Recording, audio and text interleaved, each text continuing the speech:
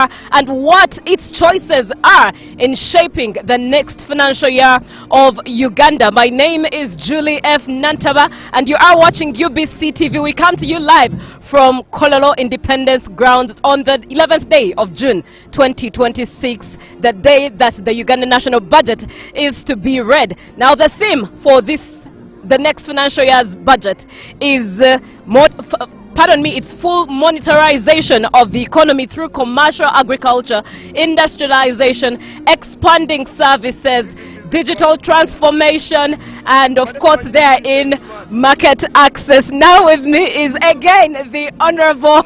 I'm very well, thank you. Yes, please. Thank you for broadcasting to the world. Many Ugandans love UBC, including Barugahara. I know the president is watching because UBC is the national broadcaster for everyone. So I'm inviting all members of parliament, members of cabinet, please come in time. We have a few minutes to the event and most of you are still in parliament. Please come and join the president. Come and welcome the president. The president should not welcome you, otherwise you should come and welcome him. I'm a bit disappointed that many of you are taking long to reach. They are still on their way. Yeah. But first and foremost, Honorable, congratulations. You are now the Minister of the Local Government. And I'm the Minister of the People, the Minister of the Common Man. And my work is not to wear as a minister, to put on suits and ties. I want to be like a common man. Where necessary, I will even have slippers to listen to the challenges of the slipper holders.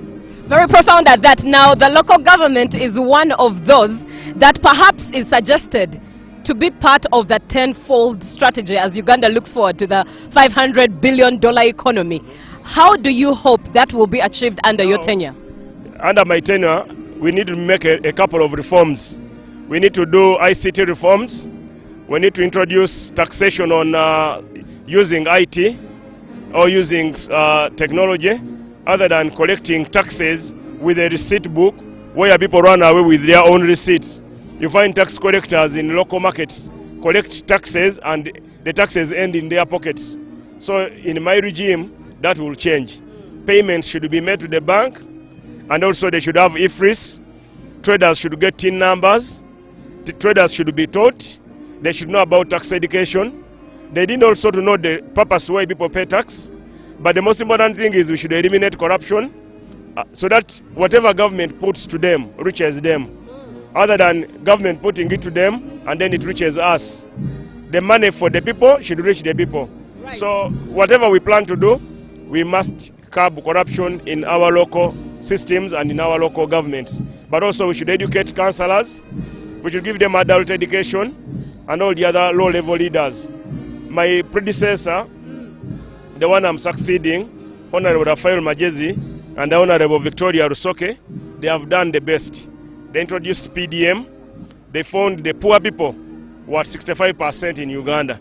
Now, at least the number of people who have no money, who lack money, at 33.1%. So Honorable Raphael and Honorable Victoria did their best. Now I'm going to consolidate what they have achieved and even then eliminate. The challenge has been corruption, like the President has mentioned. He sends money to work on roads, they eat it. He sends money to a school, they have ghost teachers, ghost staff at the district. They promote people who died long ago. All that must stop. So whoever has been doing that, just know you did it for the last time, this financial year. As we begin a new financial year, you are starting with a new stock. You are starting with a corporal and a sergeant. For us, we are not going to play around. I'm a sergeant, and my colleague minister, Honorable Namere, she's a corporal. We are not going to play around. We are going to do Mzei's work, and his work is simple. Right. Trace where the money we sent for development and empowerment, whether it has reached the ground. If it is not there, who took it?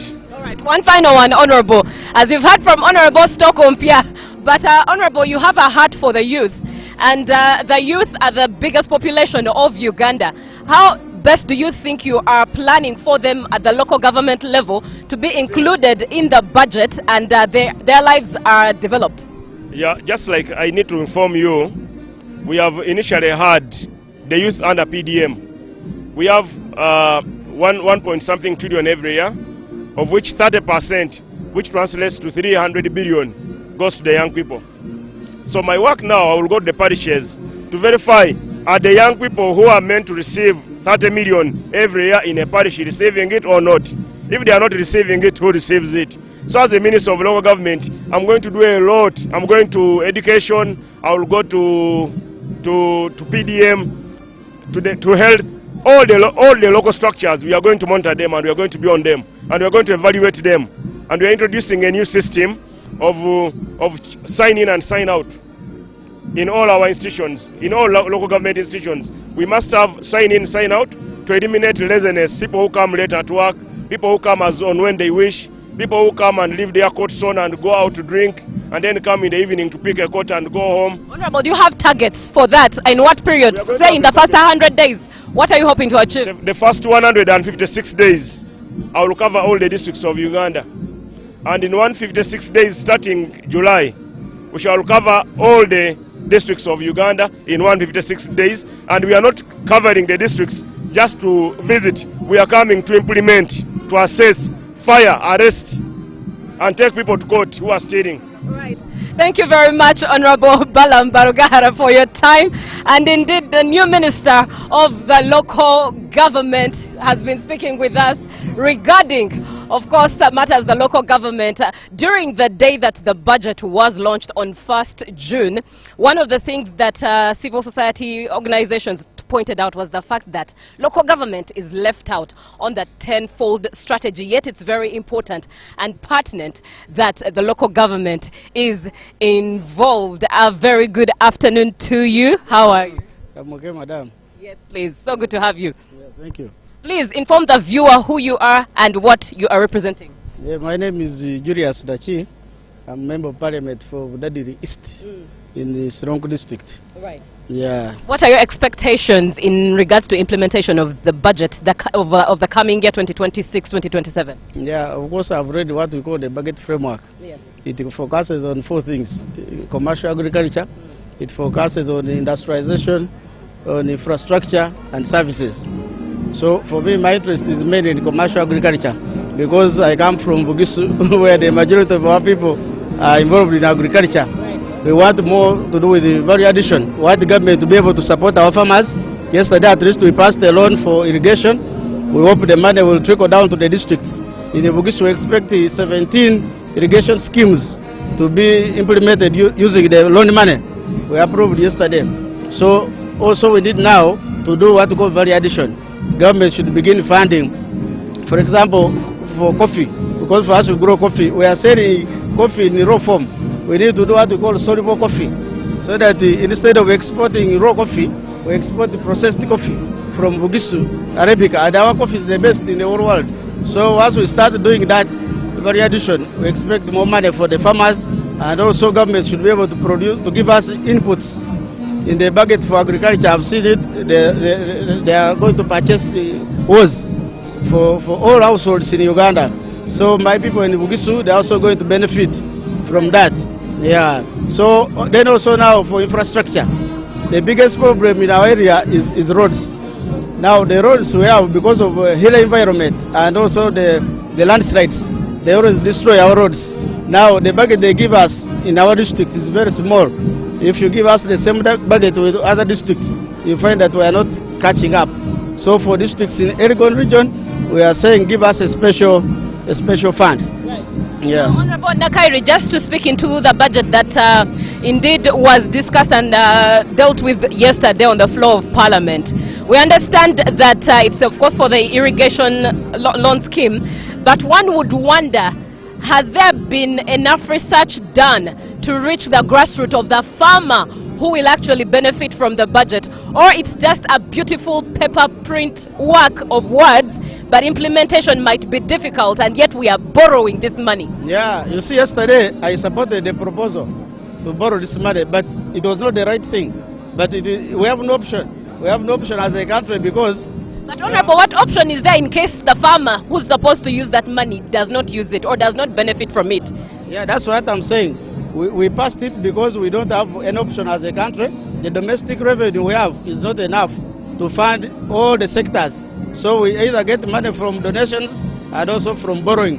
For the country to survive, as we wait for oil money, we believe maybe oil money will be able to to bridge the gap that we have now. But as of now, the ratio of our debt to GDP is 53%. Meaning, if it was a company with shareholders, those who demand Uganda, they have 53% shares in our economy, and for us we have 47. They have control. So we need now to see the Minister of Finance needs a strategy of how to bring down the ratio.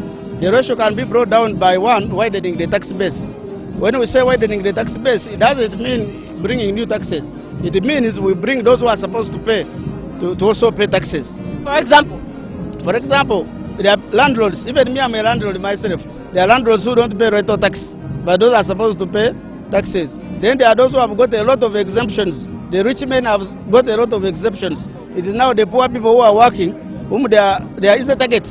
People who pay as you earn, like you yourself now working for UBC. Your money, they easily cut. You pay as you earn as a member of parliament? Yes, for us we pay on our salary. Yeah, we pay, but we don't pay on emoluments, but we pay on salary. So, the Minister of Finance needs to widen our tax base. Our GDP ratio now is 13%. What it means is that of all the value of goods and services produced within the boundaries of Uganda, we collect only 13% in terms of tax, but it is supposed to be like 30. When we get to 30%, we can actually finance our budget 100%. So as of now, we are going to continue with the debt, but it is not the best thing to do, but it is because we don't want to shut the government. Government has to continue, farmers have to continue planting. Then along the way, God has given us free oil now, which is coming. Then among the infrastructure projects, government is going to do the standard gauge railway. I have an interest in that project. Myself, I have a medical facility. I want to be able to provide medical service to the project. So when the SGR comes, it will first of all reduce the cost of maintenance of our roads, because now bulk goods will be moving through the railway. Then once we reduce cost of maintenance of roads, we can move that money to other sectors. Then also the East African crude oil pipeline, the one which is under construction, maybe in the next 3 months it is going to be completed. So it will be able to pump our fuel from Hoima to Tanga. Now that will be crude oil. Then from that we expect to get now revenue to fund these other sectors. But as of now, Ugandans have to bear with us. There's no option. Now, Honorable, one of the problems we always have is the fact that some of the projects or most of the projects are never completed. And a project, especially a road project that's not complete, is another cost in itself, a burden that goes to the taxpayer. What plan, or do you think as Parliament you could bring a solution to this? Yes. I have a very good solution. You see, of this budget now, like the one we are passing, 5% of it is going to go into corruption. That one is sure. Of the 84 trillion, 5% we are going to eat like corruption money. Now, you plan for corruption? It is there. Me, I may not eat, but already people have already positioned themselves. Now, what is the solution? One, we have to reform our procurement. There are things that we do that are central to all government ministries. We need to do central purchasing. For example, I always give an example of a computer. You find one computer, in the Ministry of Finance it is 2 million. In Ministry of Lands it is 3 million. In Ministry of Water it is 5 million. But the same what? Computer. We need now to do a database of all goods and services. We give them a price, so that when we invite contractors, we don't tell them to give us quotation. We simply tell them we want a computer for 2 million. We don't give room for negotiation. Secondly, we need to reform the procurement also. Now, if for example in Mulago we need a CT machine, you find people advertising in the newspaper here, in New Vision, in the Monitor, that want a CT machine. That is useless, because there's no company in Uganda that produces CT machines.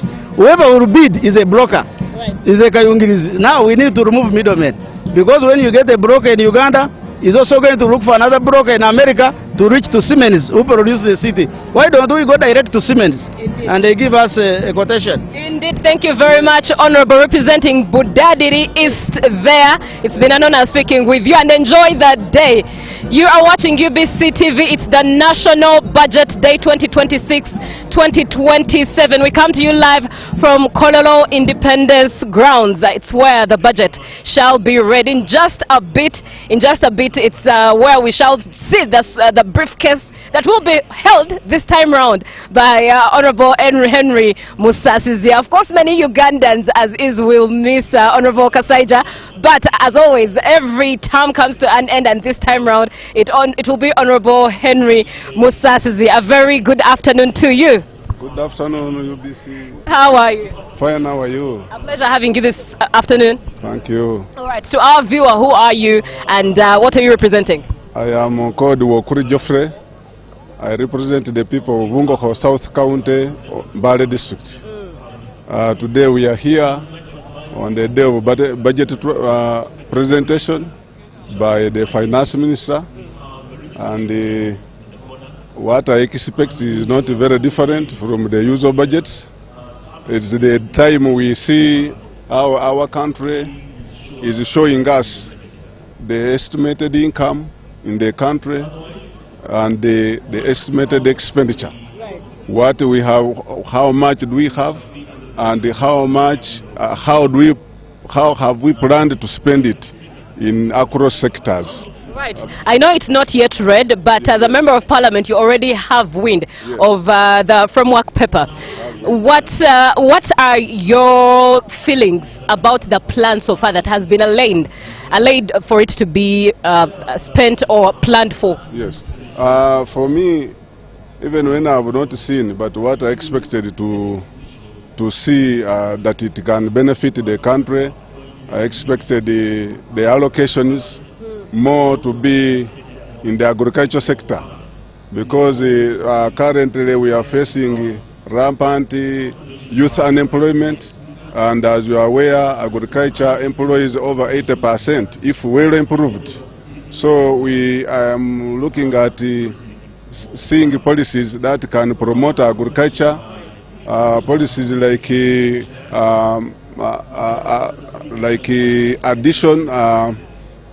value addition to agricultural output, implying we see that they will, I expect plan is to establish some factories which will add value to agricultural output, and in a way other amenities will be improved to control rural urban push factors to enable the youth to stay in rural areas and get employed, and maybe limit on those who cross the borders and get problems outside Uganda. Right. But as you are aware, I told you that Uganda up to now still almost borrows more than we receive internally, and this has come as a result of some money borrowed is kept in people's houses. Money meant for projects are kept in houses of those who are supposed to implement. And I'm happy with Muzei's theme of this year, this financial year, actually the term of 5 years, no sleep and no corruption. If really it is actualized, I think this time we shall begin, we expect to borrow less than usual. I expect to see that government finds a way of improving revenue. For example, if they can put policies that can allow local investors, that can enable local investors have some tax incentives, like giving them also tax holiday, like they give to foreign investors. Right. This can widen, can expand the investments and employ more youth, and then they can contribute to tax in terms of pay as you earn. That's very true. The resource basket. Now, Honorable, you will kindly allow me just cut the conversation for now, as we also give time to the event that has begun by the Clerk of Parliament. There you are watching UBC TV, coming to you live from Kololo Independence Grounds. It's the National Budget Day Reading 2025-2026. That is the financial year 2025-2026. He mentioned agriculture, and he hoped that agriculture would receive quite the bit of funding. And if you actually read the framework paper, amongst the ATMs, first and foremost, the budget is focusing on ATMs and thereafter its enablers. The ATMs include agriculture, tourism, mineral development, and science and technology. Agriculture amongst the ATMs takes the lion's share with about 2.2 trillion there. And of course, the Honorable Minister will be giving us the detail of the plan there under agriculture industrialization. But the good news is for Abalimi, the farmers, at least you know that there are many opportunities and priorities that you can look for and look into regarding the national budget 2026-2027. Now with me is Honorable Shamim Malende. A very good afternoon to you. Good afternoon, viewers. Thank you so much for this opportunity. Yeah, we are right. Yes. Now, the opposition passed its own budget of 71.4 trillion. The budget that was passed by Parliament is 84.3 trillion. What statement does that make? The most important thing when we come for this budget reading is to actually see that we put resources where they are supposed to be put.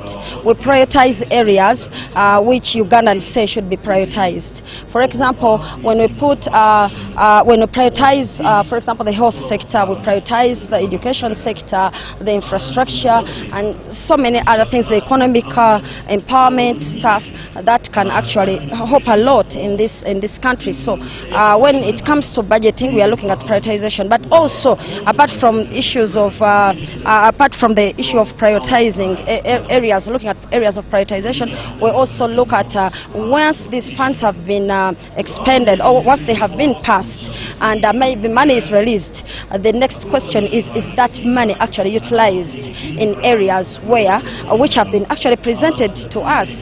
So that is another area which we look at. But we are also looking at sectors where money is actually diverted or put, but when we are looking at some other sectors that receive actually more funding than actually sectors which need more priorities.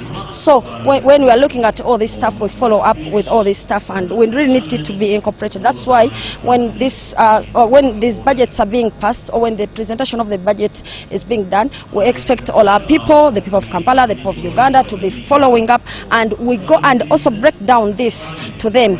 But even when we find issues of mismanagement of these funds that have been allocated, then we have to do a follow-up. That's why actually Parliament has those accountability committees that are supposed to ensure that we follow up. But the challenge that we have got also there is that even after maybe Parliament has passed resolutions and maybe some sanctions are supposed to be put, sometimes the law is not followed to the letter, and we end up, not actually implementing reports of committees of Parliament, because we've seen so many people say, opposition, you own accountability committees, but what do? You talk but you don't bite. We may not bite because we do not have the capacity to implement our own resolutions as Parliament of Uganda or as opposition. So these are all most of the things that we look at. But what you said, or what we presented as the opposition, we feel that it's the best for the people of Uganda, because as you know, we are the alternative government, and actually we are the people that the Ugandans have entrusted with this nation. Only that, as you know, our victory was, was a bit stolen here and there, and actually we are even clad in this black attire, as you can see, because we are making a statement about some other things that are not going well in the country, but also we are saying we have to be here because this is taxpayers' money. We have to listen to this budget presentation, and then we can see how best we are going to walk the talk. All right, allow me just speak more into the attire that you've talked about. Is it that most of the opposition members of Parliament are wearing black today to make a particular statement? Yeah, this attire which we have decided to wear today, which is black in color, we are making a statement that we are not comfortable. Ugandans are not comfortable with the situation that's going on. There's a lot of evictions of persons from their places of work, places of residence, without offering them alternatives. We are saying that there's a lot of corruption in the country, and there is a lot of talk but not walking the talk. We want to see that people that are engaged in corruption, embezzlement of funds, are dealt with as the law requires. We are wearing this attire because we are saying that we are not comfortable with people who are being put in prison and are not being tried. People are in prisons, they are not being produced in court. We have the issue of political prisoners. We have abductions that are going on in the country. And, you know, we are not comfortable with this situation. And Uganda is actually very sad about the situation. Our public health, our health sector is in a mess. The infrastructure is wanting. Money is being stolen. There is a lot. So this attire is a statement that we are not happy as Ugandans. Yes, we are participating here because we have to be here. It is our mandatory role to be part of the budget process to see where our taxpayers' money is going, and we can follow up as members of parliament. But we are still not comfortable with the way how funds are being dealt with, how loans are being passed, and yet money is swindled by a few people. But actually, you missed the State of Nation address. What statement do you think that was making? We missed the State of the Nation address, but we are saying that we are not predictable. You don't expect us to say that, you know, because we missed the State of the Nation address, then we must also miss the budget. We also keep some secrets to ourselves. Sometimes we can say, let's go for this and let's not go for this. I think it is our choice to choose how to oppose this government and how to, you know, devise means of removing them from power. And, you know, by the way, black is also a reflection that, you know, our victory was stolen, and we're still fighting to reclaim that victory. The top office. All right, thank you very much, Honorable Shamim Malende there. It looks like even politics has some bit of drama. One would think as if it's a bit of Telemundo here and there. But that's been Honorable Shamim Malende. You're watching UBC TV, and we come to you live from Kololo Independence Grounds. The theme of this year's, or the following year's budget. This year's budget is ending on the 30th of June, and 1st July will be the 2026-2027 budget in implementation thereafter. But the theme is full monetization of the economy right there. Now, did you know that 1st July is when the budget that has been passed and read is begun in operation, but also therein it's the time that the planning for the following year's budget begins, and in about December it's when framework papers are sent to MDS to also look into what they need, what they don't need. The question though is, does this give accounting officers ample time to plan and budget for the different ministries therein? Those are questions to wonder and to ponder on, but as time goes by, we'll definitely be getting the different experts from different ministries and different arms of government to speak their 2 cents, and of course the representatives from civil society organization. If you look at areas like URA, 2024-2025, URA managed to get to its target of about 31 trillion Uganda shillings of collecting that. In fact, it even surpassed, it went to about 31.63 trillion there. And in 2025-2026, of course, the boat hasn't landed yet, it hasn't reached the shores yet, it's still sailing. But we'll be finding out if the target that was set, which was at about 7% increase from the 2024-2025 budget, was indeed achieved to 100% plus. Now 2026-2027 has the goal for URA as a target collection of about 40 trillion Uganda shillings, an increase of about 9% from the 2025-2026 budget therein. And of course, we'll be also studying by the first quarter, will URA have collected the target set for the first quarter of the 40 trillion Uganda shillings. It is Matters Budget, and we are at the Kololo Independence Grounds, the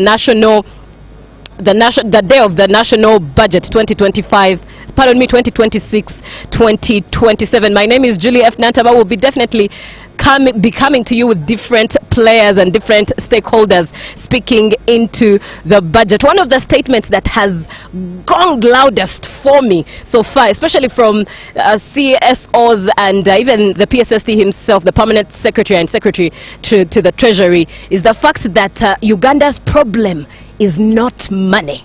Uganda's problem is not money. In fact, Uganda's problem is not policies at that, but implementation. And I look forward to having a conversation with the permanent secretary of the Ministry of Finance and secretary to the Treasury therein to just find out then what is the solution? What is the solution to making sure that implementation actually is at par? As we all know, about a week or two ago, he took to his social media to announced to Ugandans that national events would be rationalized and would be in fact cut off in a bid to save monies of the Ugandan budget. So events like Women's Day, Labour Day, Heroes Day, Independence Day, they'll not have large gatherings or celebrations as has been the case, but rather the president sitting at State House and giving us an address right from his place, and the address placed or put on or aired on TVs and radio stations, even social media,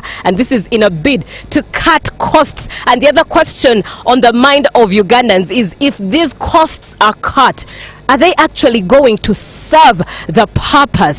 It's one thing to cut a cost, but it's also another thing to make sure that the monies that are being saved from cutting that cost are actually being distributed or allocated to where exactly they are meant to be. More and more is what we bring to you, more facts about the budget, and of course we are looking forward to Honorable Henry Musasizi reading to us this budget. One thing for sure is that you have to pay attention to that detail. You have to pay attention to the nitty-gritty of what each allocation means. I mean, from the ATMs, agricultural industrialization is taking about 2.2 trillion, and there in second to it will be science and technology, following about, I think, 1.1 trillion there. Third will be mineral development, third will be tourism with about a 500 billion there, and a fourth on the list of the ATMs will be mineral development. And of course we'll definitely be looking forward to hearing from the different ministers, MPs that are concerned with the different sectors in regards to the ATMs, what their expectation is, what their plan is, and what exactly or how exactly is the money expected to be used at that. So just stay tuned to UBC TV, the national broadcaster, as we bring to you all the events regarding the national budget 2026-2027.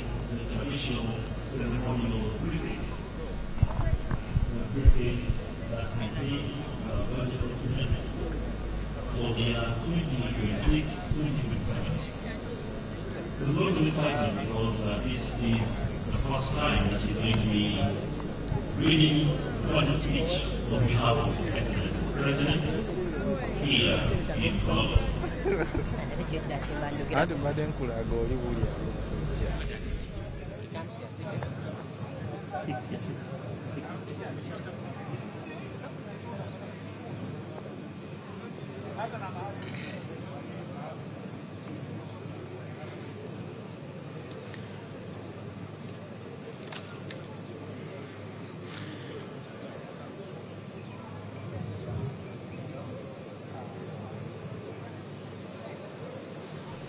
The national budget, Uganda national budget, is going to be read 2026, that is for the financial year 2026-2027. My name is Julie F. Nantaba, but with me is Honorable Chiriowa Chiwanuka. Very good afternoon to you. Good afternoon, Julie. Good afternoon, all of you viewers. Right, and congratulations now that you are the one cheering on and serving the Defense and Veterans Affairs. Yes, thank you very much.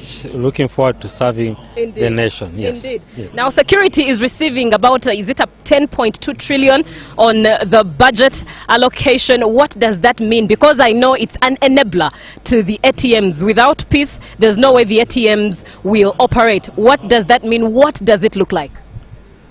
Well, first of all, we sincerely appreciate the President Museveni and the government who have put together the budget, because they've given the security and governance program a good portion of the budget. Of course, it is going to sound selfish and unrealistic to say that even that is not enough. Our kind of service requirements are much higher than what, but we sincerely appreciate that. But like you said, it is impossible for you to be able to get these ATMs, the agro-industrialization, tourism, mineral and oil and gas working, or even science, without having the enabler, which is peace and security. So one of the biggest drivers in our for our economic prosperity will be peace and security. Of course, at the security and governance program, we shall do our best with the resources that are available to be able to meet the expectations of the people of Uganda. What you can be sure of is that government President Museveni's government, the NRM government, will guarantee you peace and security. Uganda will not be a theater of any chaos. Uganda will be peaceful.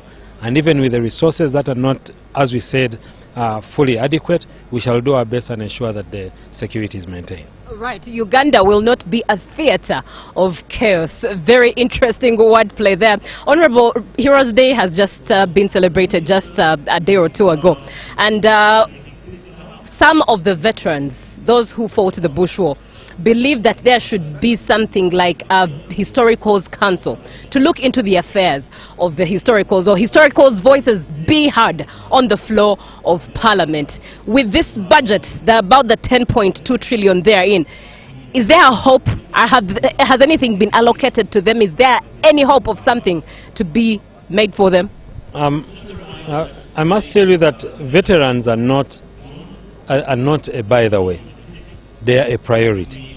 And in the Ministry of Defense and Veteran Affairs, that is a major priority area.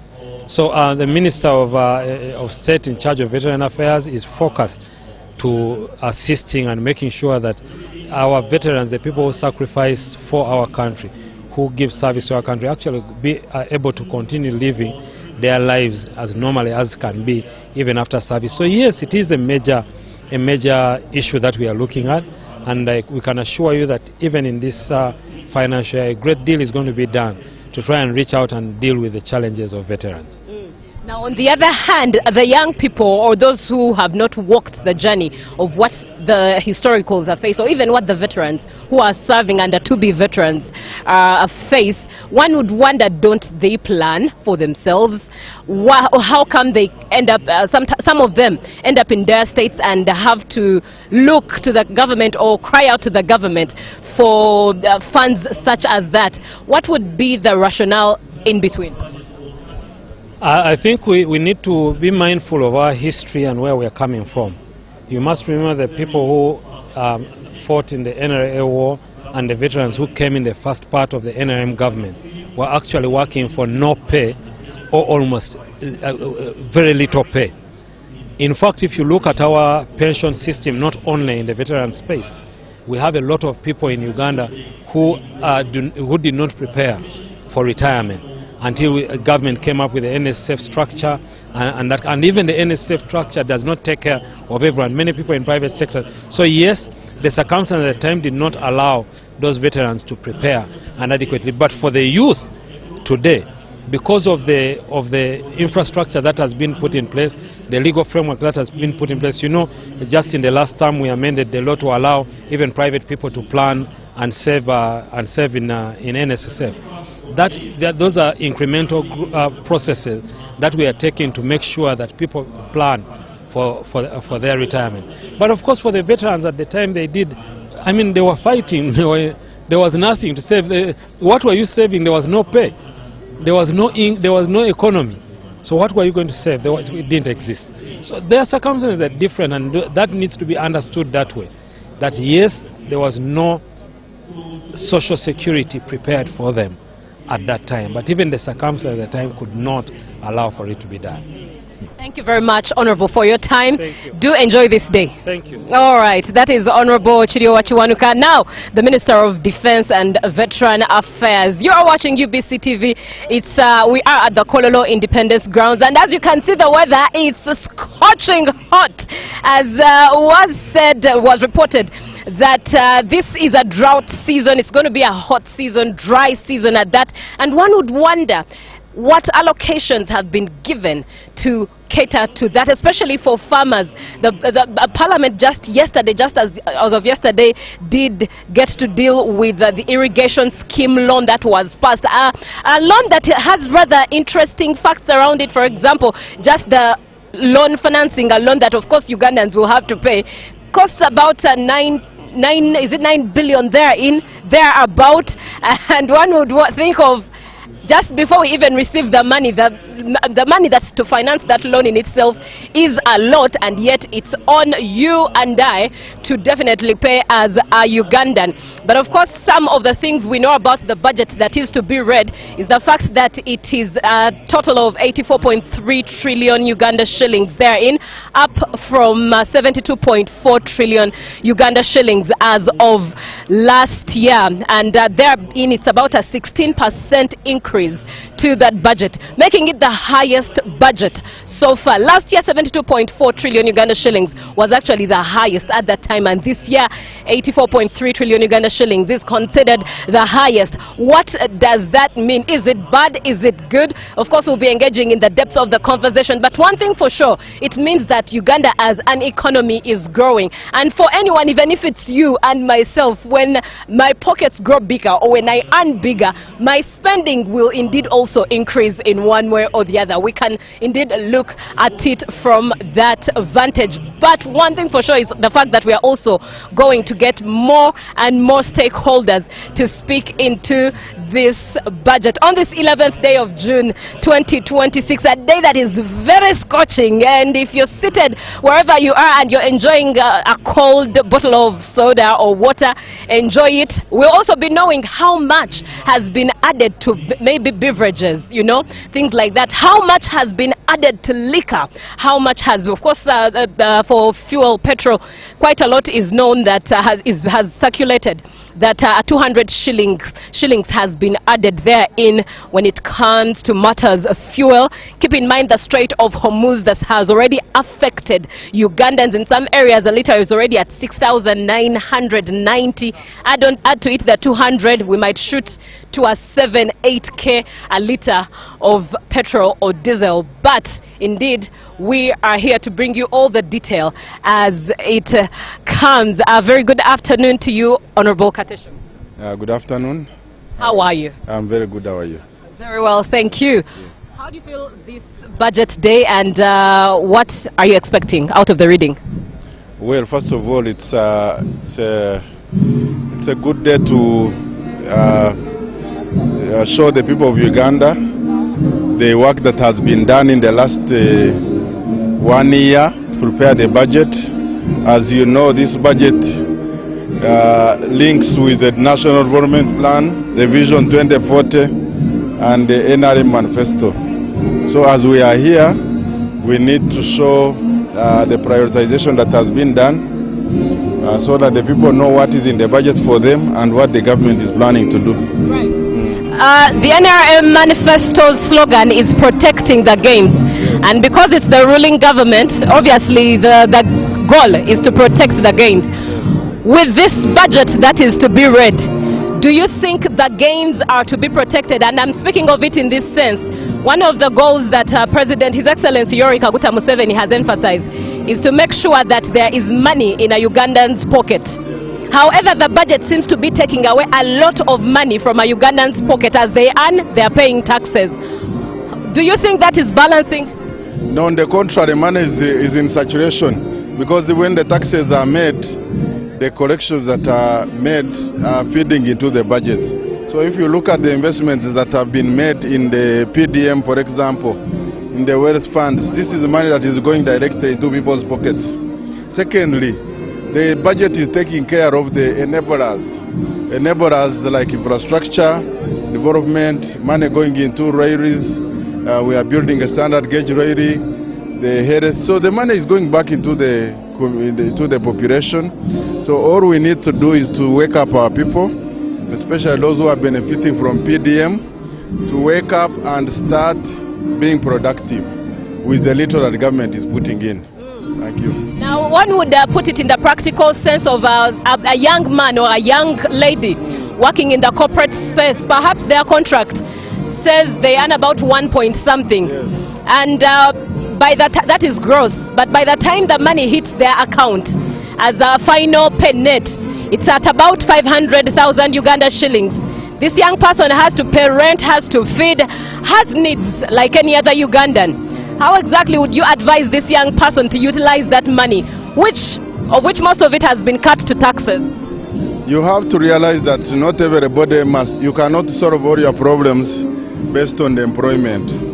This is world over. The richest people are not necessarily those who are employed. Just look at here in Uganda. So Uganda has got a lot of opportunities for people. you have to look at what is there that you can do that can boost your incomes, and not necessarily looking at the source of your employer. Uganda is a country full of opportunities, but I think that our people need to wake up and get into production.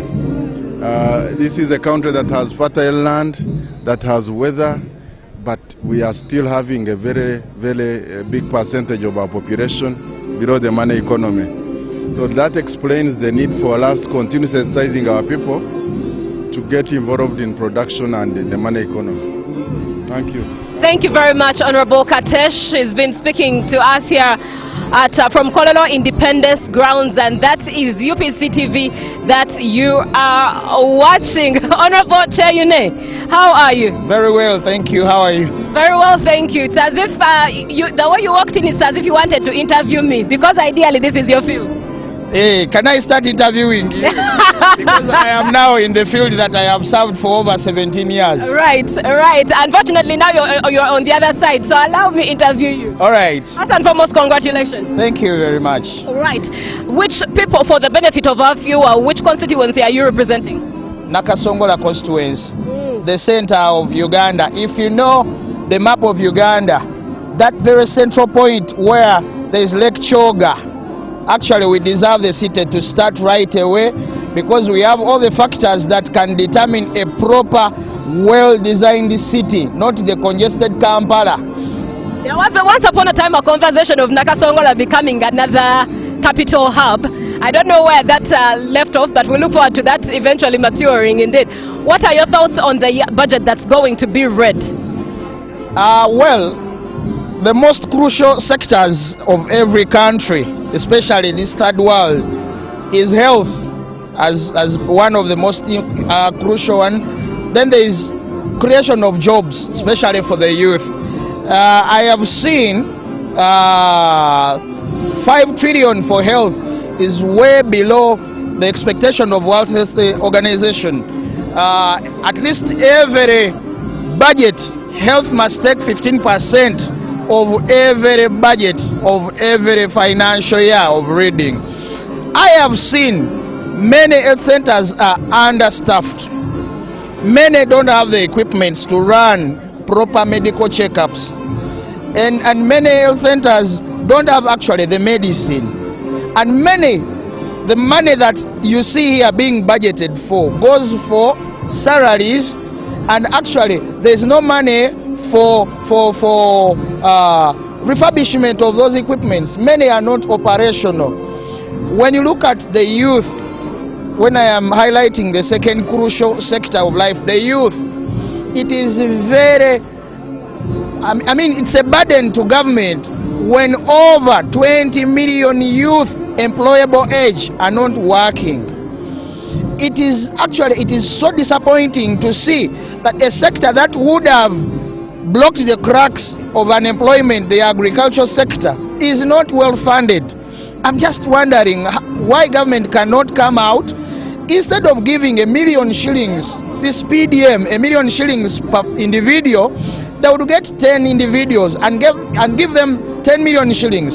That amount can push those people to 50 million shillings.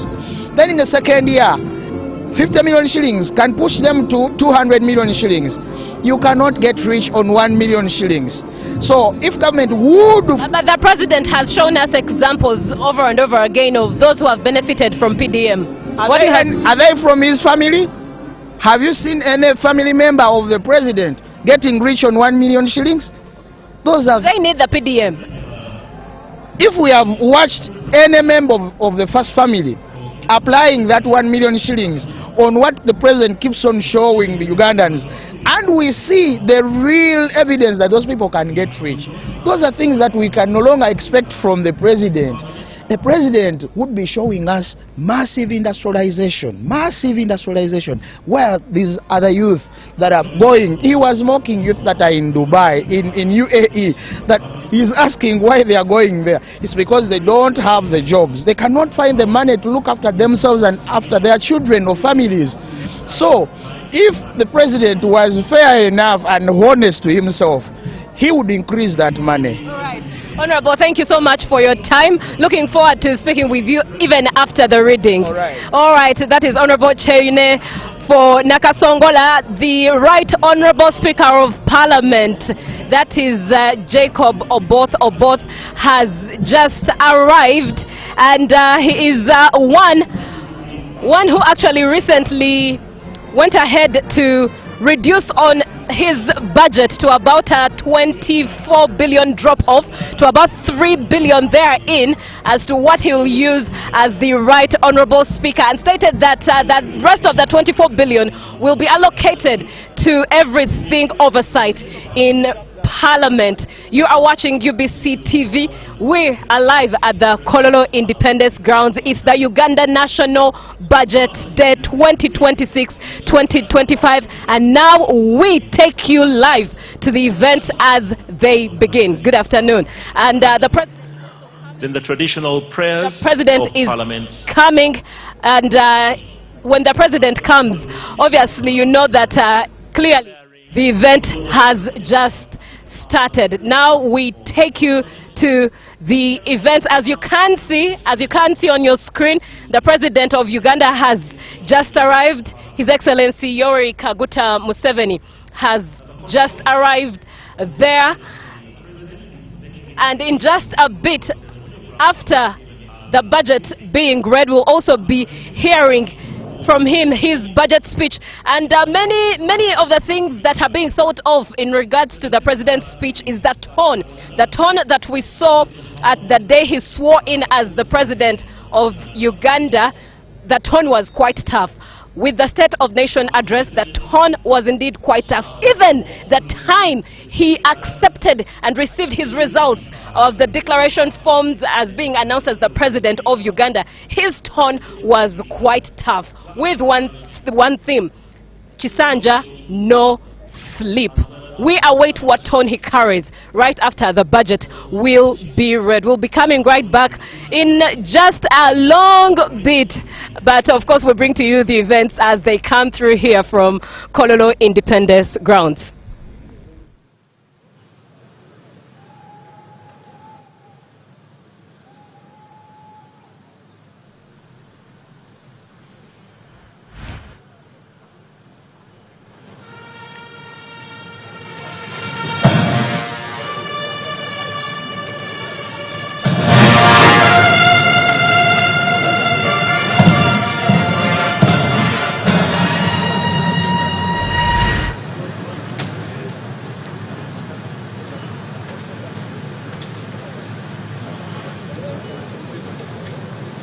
His Excellency the President has been received with fanfare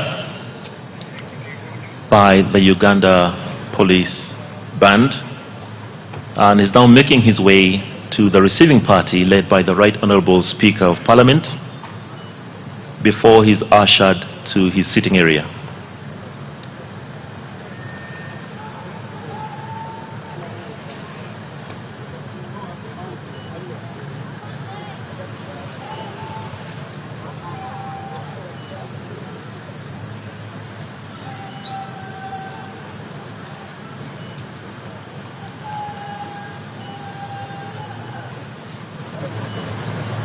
So His Excellency is waving a greeting to all of Parliament. Could we receive him warmly, please?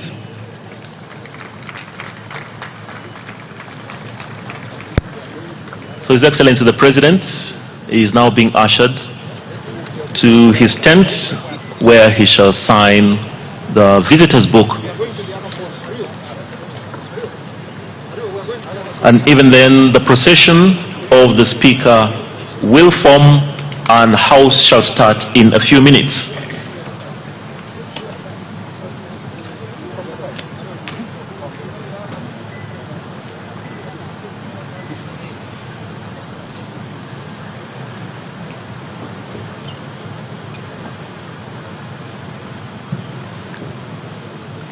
So for those of you who cannot see from where you are, His Excellency the President is signing the visitor's book. It's traditional that every time that Parliament hosts a guest at the level of His Excellency the President, they will sign in the visitor's book. Now this is a very special day for the presentation of the budget, not only in Uganda but across the East African states. And as soon as His Excellency has signed, then the procession of the Speaker will form and the House will start.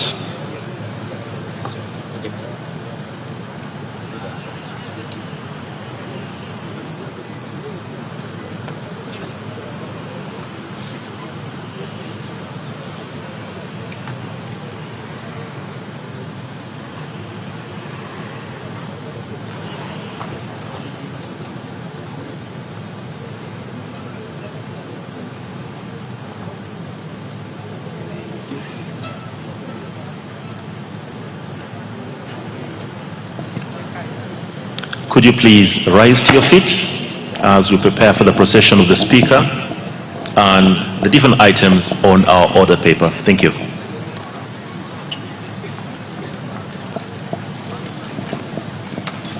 Honorable members, His Excellency the President and Mr. Speaker.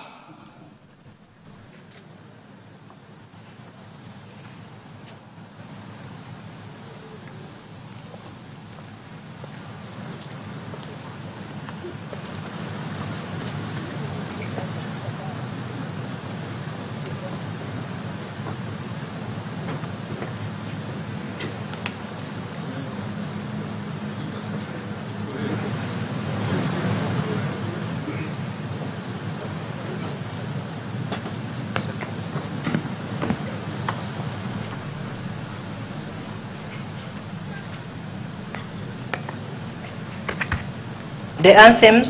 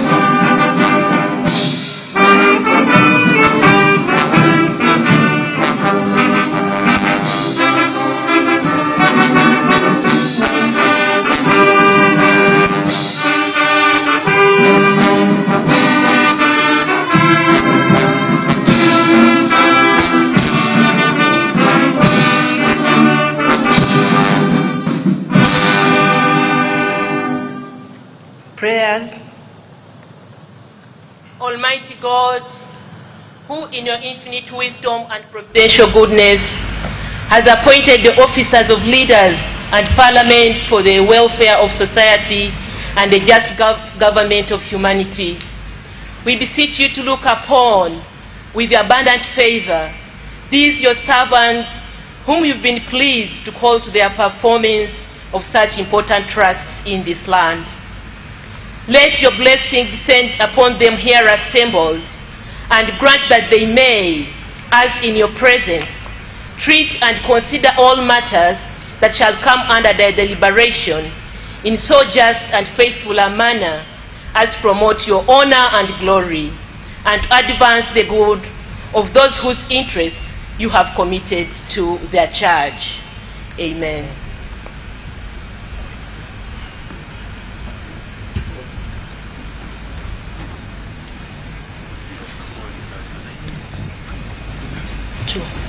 Proclamation.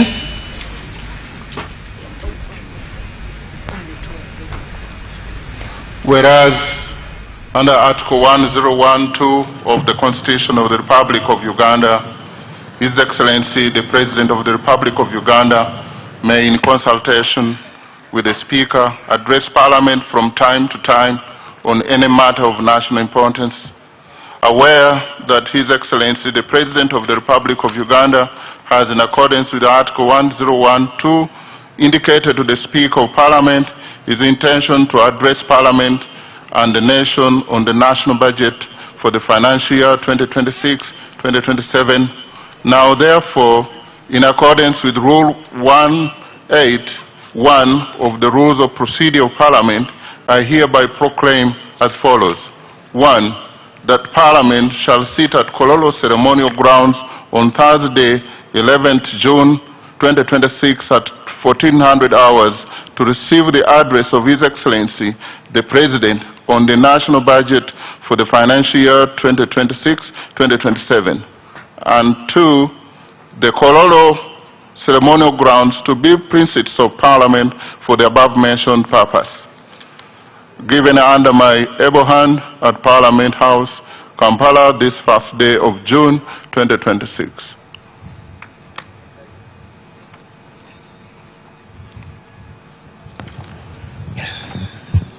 Administration of oaths.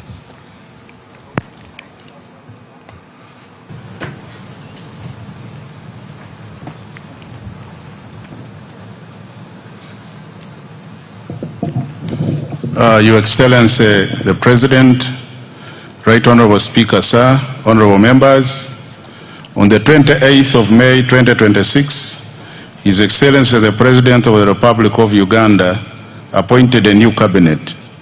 Among those appointed were non-members of Parliament who were duly approved by the Parliamentary Appointments Committee and sworn in as ministers. In order for them to discharge their duties as ministers, they are required by law to become ex-officio members of Parliament by virtue of Article 78(1)(d) of the Constitution, and are required under Article 81(4) of the Constitution to take and subscribe the oath of allegiance and the oath of Member of Parliament. Right Honorable Speaker, the said members are ready to take and subscribe to the oath. May I therefore request for your permission, Right Honorable Speaker, to invite them for the aforementioned purpose. And they are Honorable General Katumba Wamala, Minister of Public Service. Please come forward, Honorable Minister. Honorable Sebugwao Joyce Juliet Nabosa, Minister of State for Information, Communications, Technology and National Guidance, Information. Honorable Siraj Musa Ali, Minister of State for Works and Transport, Works. I seek for your permission, sir, to allow them to access the chambers. Permission granted.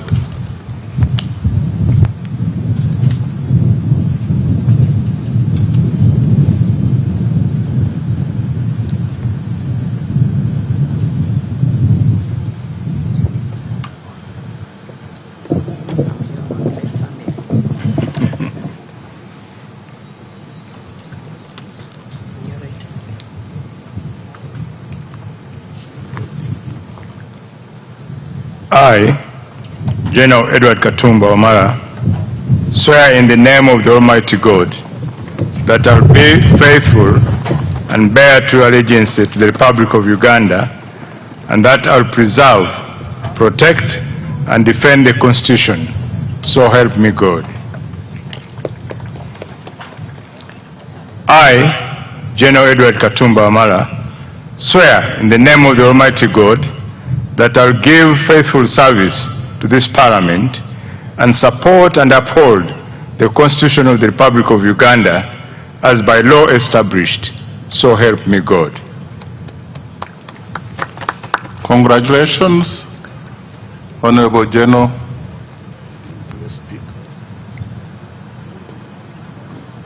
And welcome back to the House. Thank you.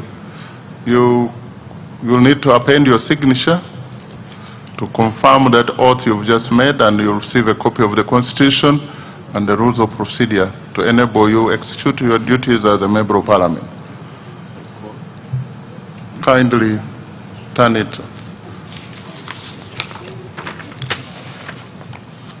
Honorable Sebugwao Joyce Juliet Nabosa, Minister of State for Information, Communications, Technology and National Guidance Information.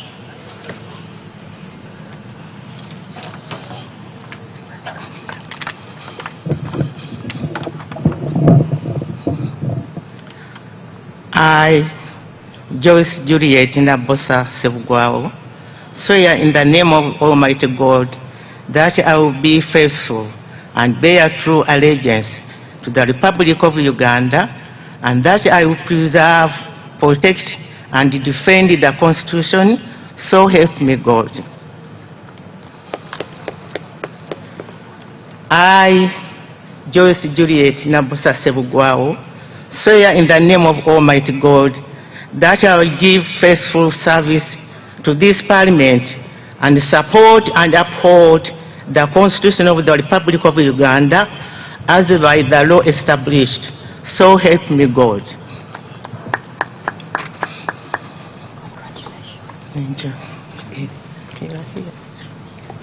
Congratulations, and honorable members, you can join me in receiving Honorable Wechitiibwa Minister. Congratulations, Mama, for catching the eye of the appointing authority. You will append your signature somewhere here to affirm, to attest to the oath you've just made, and it will give you a copy of the Constitution and the rules of procedure to enable you execute your mandate as a Member of Parliament, with all rights except for voting.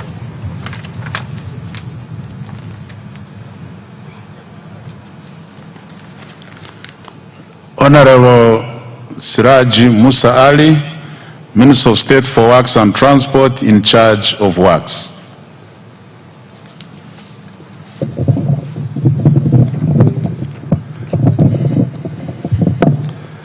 I, Siraj Musa Ali, swear in the name of the Almighty God that I will be faithful and bear true allegiance to the Republic of Uganda, and that I will preserve, protect, and defend the Constitution. So help me God. I, Siraj Musa Ali, swear in the name of the Almighty God that I will give faithful service to this Parliament and support and uphold the Constitution of the Republic of Uganda as by law established. So help me God. Thank you. Congratulations, Honorable Siraji Musa Ali, upon your appointment and upon making your oath. We have place for you there, and another place down. We have a copy of the Constitution and the rules of procedure of this House that will enable you to execute your mandate as a Member of Parliament. Congratulations once again.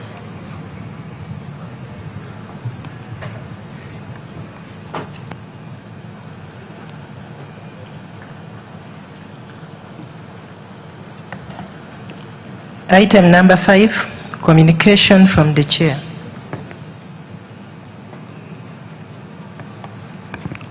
Your Excellency, the President of the Republic of Uganda, General Yoweri Kaguta Museveni, Her Excellency the Vice President, Major Retired Alupo Jessica Epel, the Right Honorable Deputy Speaker,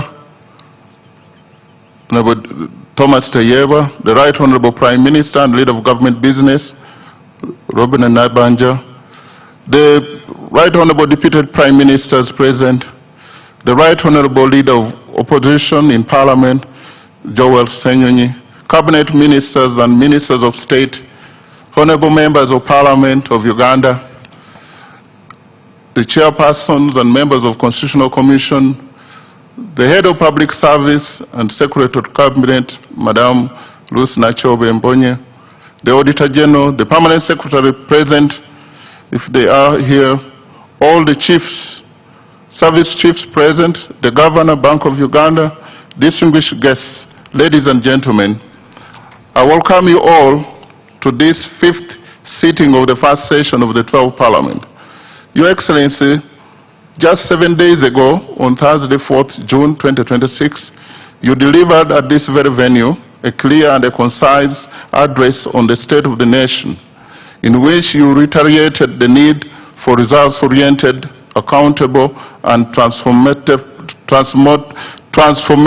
leadership at all levels as a catalyst for national transformation.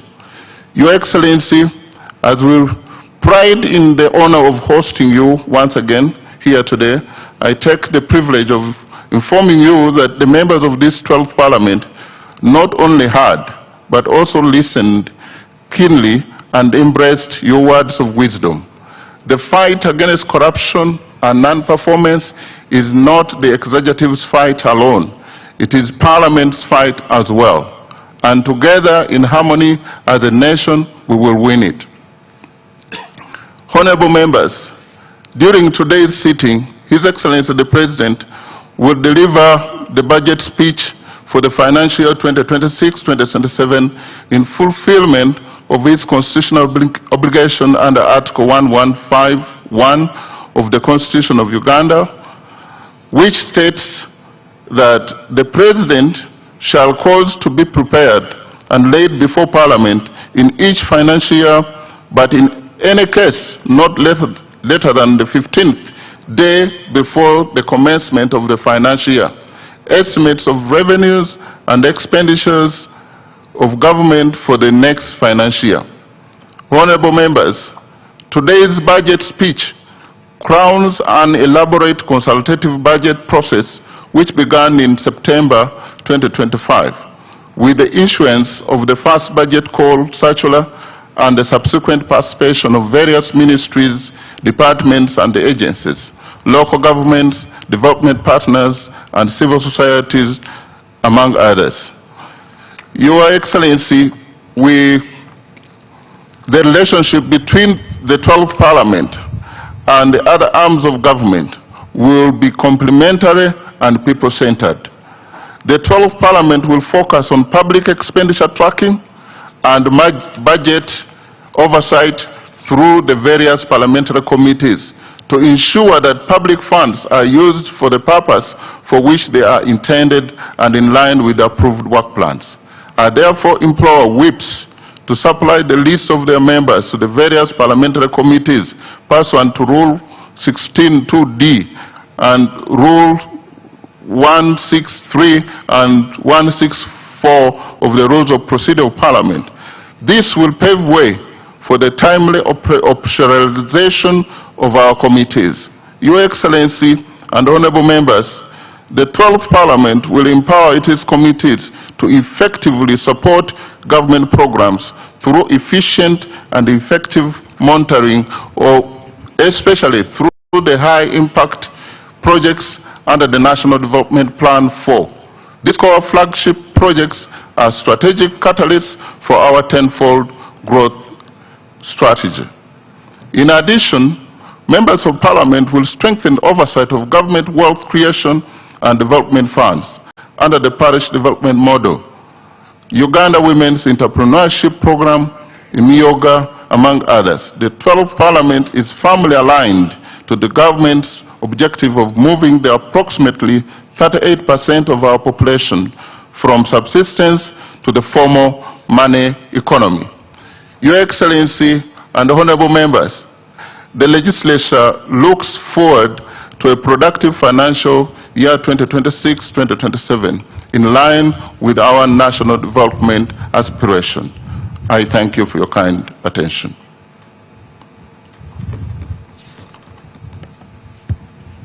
Item number 6, presentation of the budget speech. Honorable members, as it is the practice, the Minister of Finance, Planning and Economic Development will deliver the budget speech on behalf of His Excellency the President, after which the President will make additional remarks. I now invite the Minister of Finance, Planning and Economic Development to deliver the budget speech.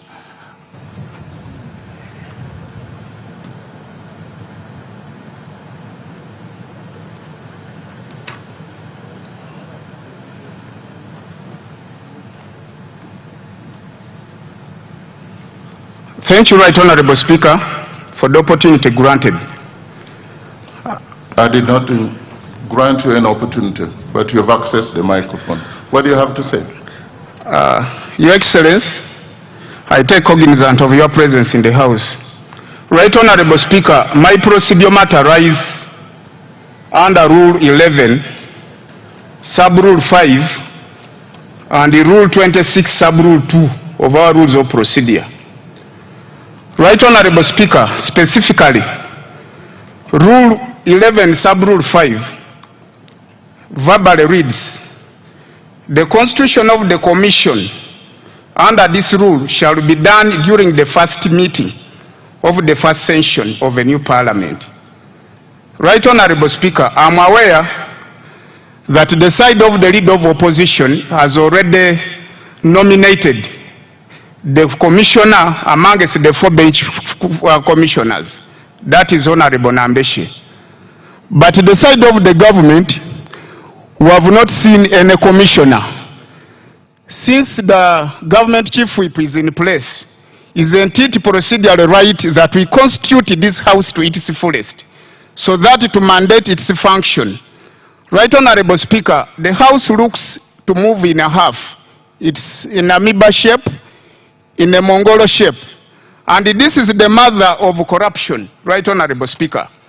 In line with Rule 26 of our Rules of Procedure, the rules are clear that in formation of the order paper for every sitting, there must be the business committee in consultation to your consent to come up with the order paper that the House has to follow.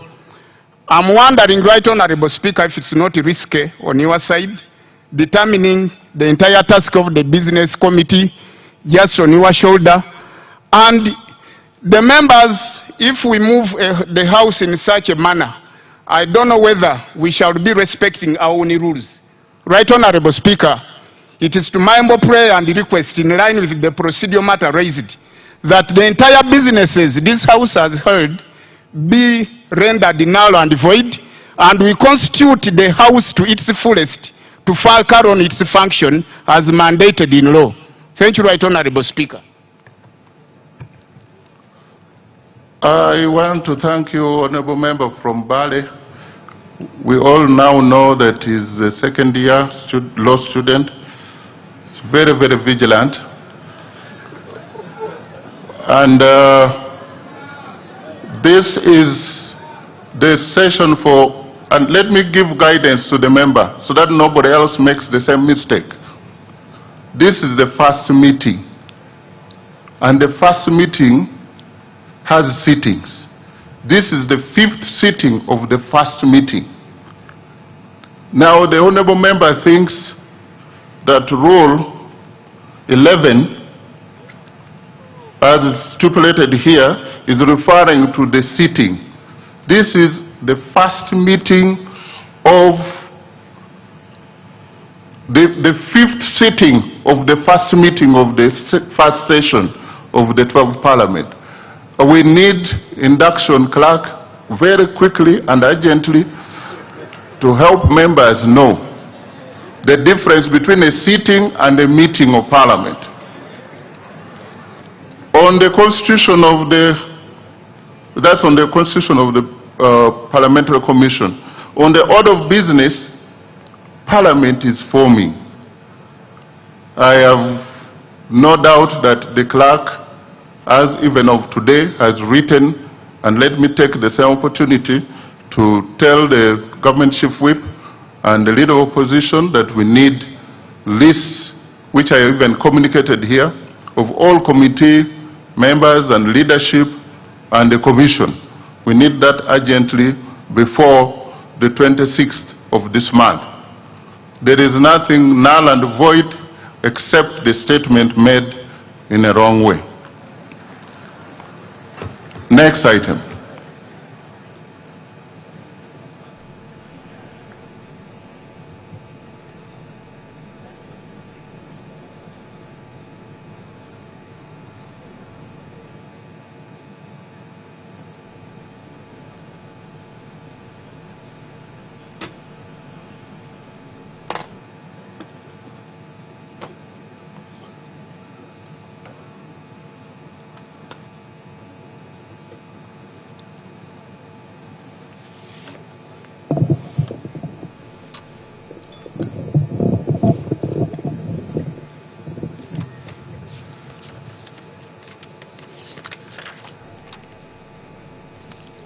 Your Excellency, the President of the Republic of Uganda, Your Excellency, the Vice President of the Republic of Uganda, the Right Honorable Speaker of Parliament of Uganda, Your Lordship, the Chief Justice, the Right Honorable Deputy Speaker of Parliament, Your Lordship, the Deputy Chief Justice, the Vice Chairman of the NRM Party, the Right Honorable Prime Minister, the Right Honorable Deputy Prime Ministers, Honorable Ministers and Ministers of State, Your Excellencies, the heads of diplomatic missions, Honorable Members of Parliament, former leaders, traditional leaders, religious leaders,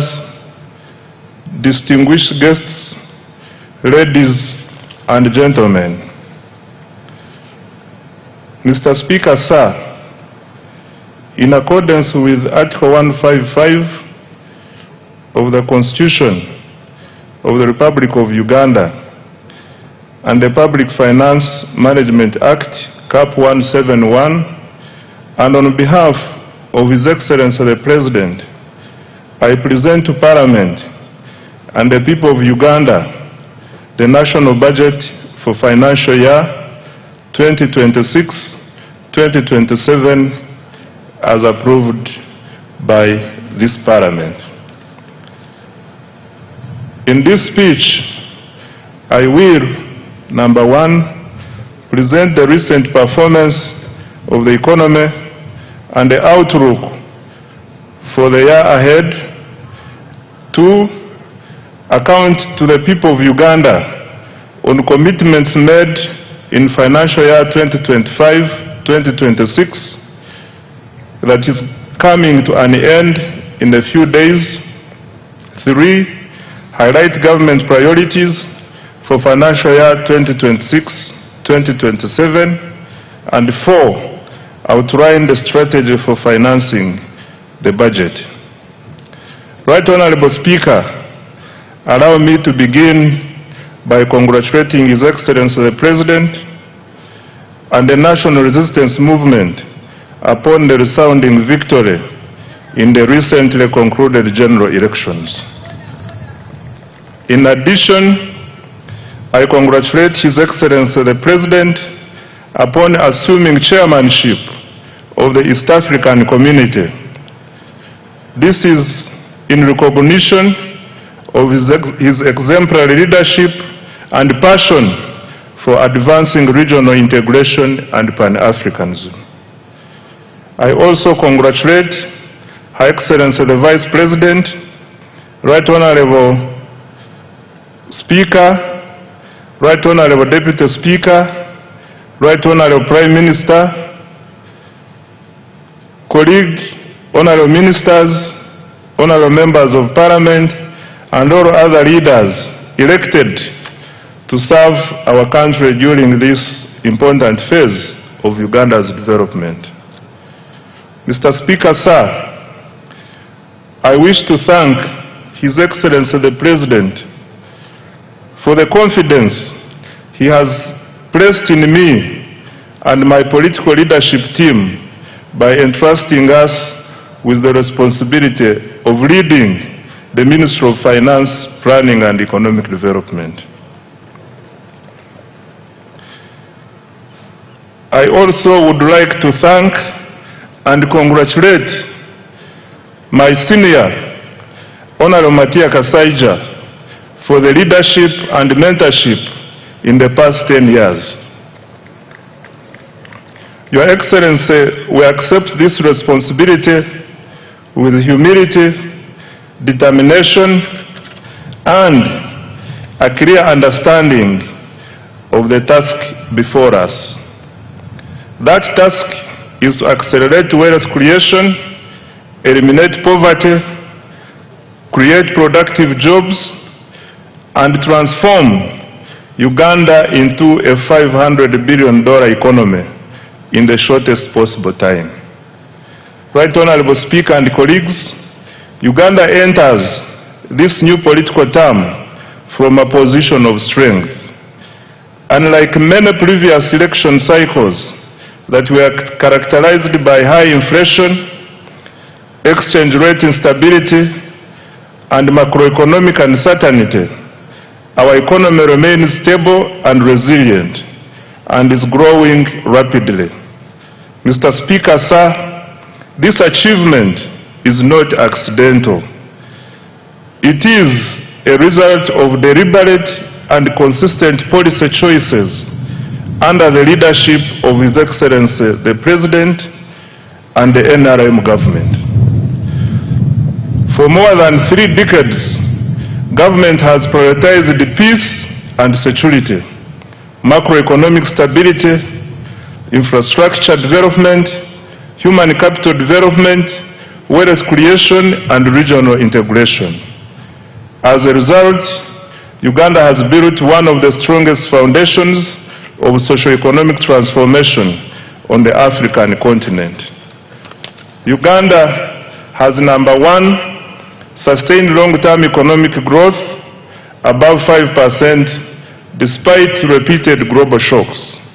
2, surpassed the lower middle income threshold of United States dollars 1,136 with gross national income per capita reaching United States dollars 1,389. 3, we have recorded one of the strongest external sector performances in recent history, nearly doubling exports over the last 5 years. 4, we have expanded access to health, education, and social services. 5, we have built critical infrastructure that supports investment and competitiveness. And 6, we have established a solid foundation for industrialization and private sector-led growth. Mr. Speaker, sir, the challenge before us is no longer simply growing the economy. The challenge is ensuring that growth translates into jobs, household incomes, enterprise development, and prosperity for every Ugandan. That is the essence of full monetization, as His Excellency the President has consistently emphasized. That is the focus of the tenfold growth strategy, and it is the central objective of this budget. Mr. Speaker, sir, financial year 2026-2027 marks the commencement of the implementation of the NRM manifesto. It is also the second year of implementing the 4th National Development Plan, the first plan specifically designed to deliver the tenfold growth strategy. Mr. Speaker, sir, and honorable colleagues, in the spirit of protecting the gains, we have maintained the financial year 2026-2027 budget theme as full monetization of Uganda's economy through commercial agriculture, industrialization, expanding and broadening services, digital transformation, and market access.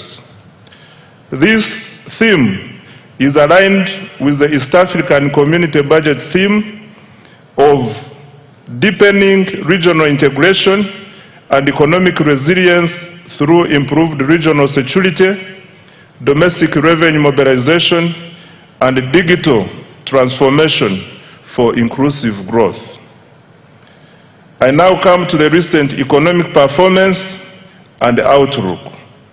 Mr. Speaker, sir, despite geopolitical tensions, global trade disruptions, and continued uncertainty in the world economy, Uganda's economic outlook remains strong and positive. The economy is stable, growth is accelerating, inflation is low, the exchange rate is stable, exports are rising, investment is increasing, and confidence in Uganda's future remains strong. Mr. Speaker, sir, Uganda's economy continues to demonstrate remarkable resilience and dynamism. Economic growth for financial year 2025-2026 is estimated at 6.4%, up from 6.3% in financial year 2024-2025. The size of the economy is projected to increase to approximately United States dollars 69.3 billion, equivalent to Uganda shillings 250.4 trillion by the end of June 2026. In purchasing power parity terms, Uganda's GDP is estimated to be United States dollars 197.1 billion. GDP per capita is projected to increase to United States dollars 1,420, equivalent to approximately Uganda shillings 5.1 million per person. Mr. Speaker, sir, with the commercial oil production commencing later this calendar year, growth is projected to accelerate to 10.2% in financial year 2026-2027. This will mark Uganda's first return to double-digit growth since the reforms of the 1990s. Most importantly, a larger economy will accelerate more jobs, raise household incomes, expand opportunities for businesses, and generate the resources required to invest in quality education, health care, infrastructure, security, and other public services that improve the lives of Ugandans. This performance confirms that our strategy of investing in security, infrastructure, wealth creation, and the productive sectors is delivering results. I thank His Excellency the President for his steadfast leadership, strategic guidance, and insistence on phased prioritization. Mr. Speaker, I wish to repeat this one. This performance confirms our strategy of investing in security, infrastructure, wealth creation, and the productive sectors is delivering results. I thank His Excellency the President for his steadfast leadership, strategic guidance, and insistence on phased prioritization. Colleagues, I invite you to give His Excellency the President a round of applause. I now come to inflation. Mr. Speaker, sir, inflation remains low and stable. Average inflation during financial year 2025-2026 is estimated at 3.8%, compared to 3.5% recorded the previous financial year. This stability has been supported by effective coordination between fiscal and monetary policy, stable food prices, and improved management of fuel supply. Low inflation protects household incomes, supports business planning, and strengthens investor confidence. Government remains committed to maintaining price stability as a cornerstone to sustained economic growth. Right Honorable Speaker, the strength of an economy is reflected not only in how much it produces, but also in the confidence it inspires among investors, visitors, citizens, and at home and abroad. I am pleased to report that confidence in Uganda's economy continues to grow. Foreign direct investment remains strong at United States $3.2 billion in the 12 months ending March 2026. This reflects growing investor confidence in Uganda's economy. Of even greater significance, investors are increasingly expressing interest in Uganda's small and medium enterprises. Kampala-based startups attracted about United States $30 million in 2025, up from just United States $4 million a year before. This surge signals growing confidence in Uganda's innovation ecosystem and affirms our emergence as a destination for entrepreneurship, technology, and investment. Mr. Speaker, remittances from Ugandans working abroad have significantly increased to $2.8 billion in the 12 months to March 2026 from $1.9 billion a year before.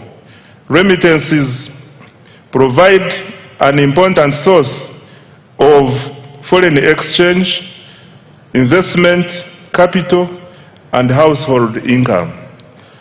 Mr. Speaker, sir, tourism has fully recovered from the effects of the COVID-19 pandemic. Tourism receipts increased to United States $1.86 billion in 2025, compared to United States $1.4 billion in 2018-2019 before the COVID pandemic. This remarkable recovery from the lowest receipts of $562 million recorded in 2020 demonstrates growing international confidence in Uganda as a destination for business, investment, and leisure. Government remains committed to safeguarding and expanding this vital source of foreign exchange and jobs. By increasing investment in tourism infrastructure, the sector, security, and our missions abroad to effectively advance economic and commercial diplomacy. Mr. Speaker, sir, the Uganda shilling remains one of Africa's best performing freely floating currencies. This stability reflects prudent macroeconomic management, a liberalized foreign exchange regime, and a strong foreign exchange inflows from exports, tourism, foreign direct investments, portfolio inflows, and remittances. As a result, Uganda's foreign exchange reserves are now at United States $6 billion. In the 12 months to March 2026, up from United States $3.6 billion a year before. Government's decision to directly import petroleum products through the Uganda National Oil Company, UNOC, has further strengthened supply stability and reduced speculative pressures in the foreign exchange market. We expect the exchange rate to remain broadly stable despite ongoing global uncertainties. On the external sector, Right Honorable Speaker, Uganda's export performance has been exceptional. Over the last 5 years, exports of goods and services have increased by approximately 204%. Total exports earnings reached $18.04 billion in the 12 months to March 2026 from $5.93 billion in the 12 months to March 2022.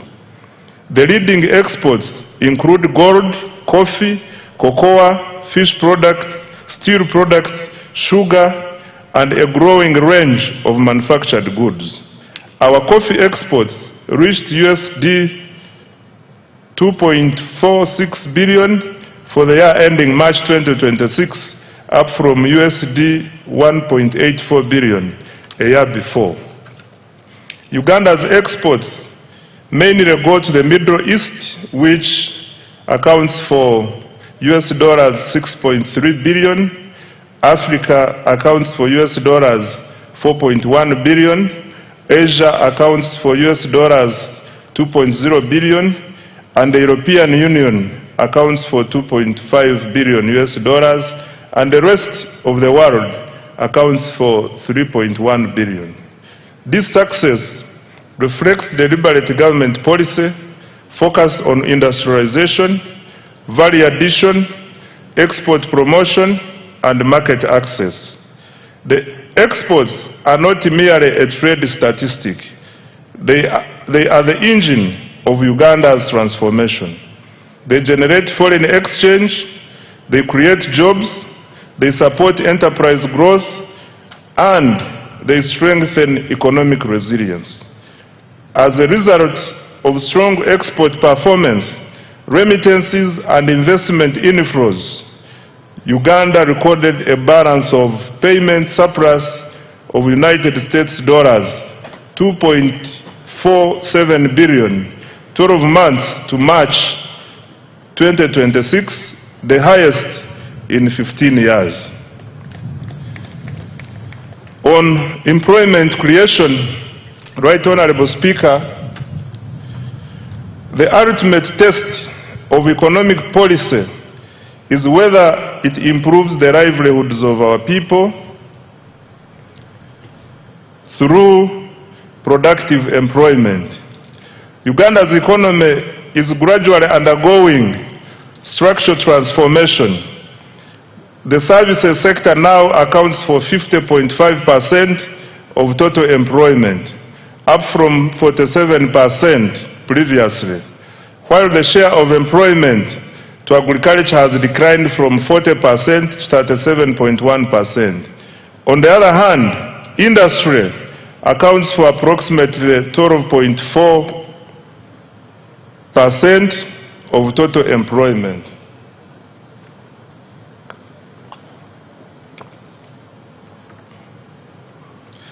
These shifts are good and are consistent with the structural transformation experienced by today's rich economies, which moved from raw to higher productivity sectors.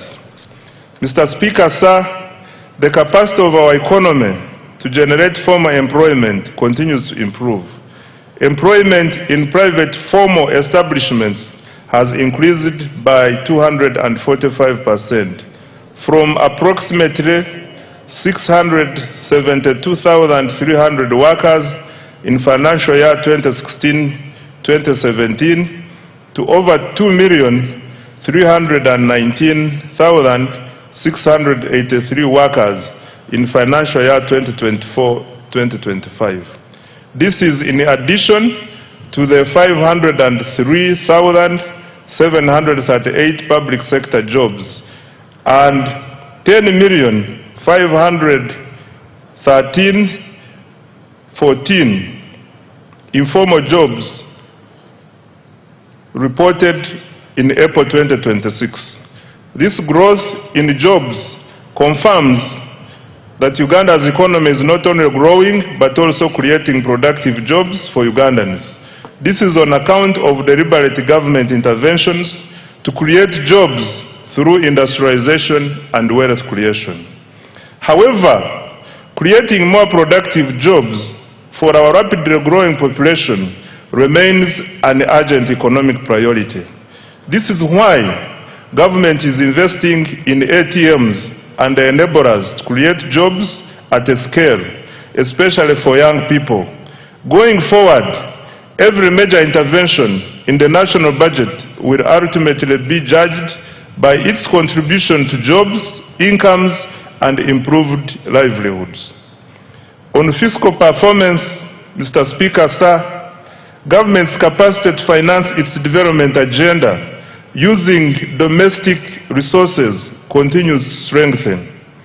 This financial year, domestic revenue collections are projected at Uganda shillings 35.7 trillion compared to Uganda shillings 32.3 trillion collected the previous financial year.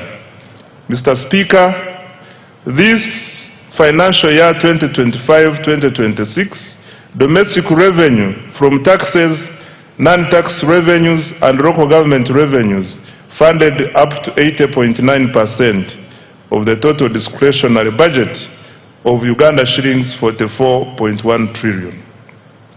The discretionary budget includes all funds allocated to implementing programs excluding debt and other government obligations.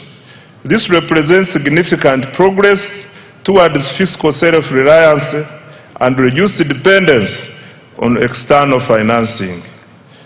Mr. Speaker, sir, increasing domestic revenue is not merely a fiscal objective. It is a sovereignty objective. A country that finances its development from its own resources enjoys greater policy independence, resilience, and sustainability. Therefore, government will continue to strengthen domestic revenue in line with the domestic revenue mobilization strategy, while preserving incentives for investment, production, and enterprise growth.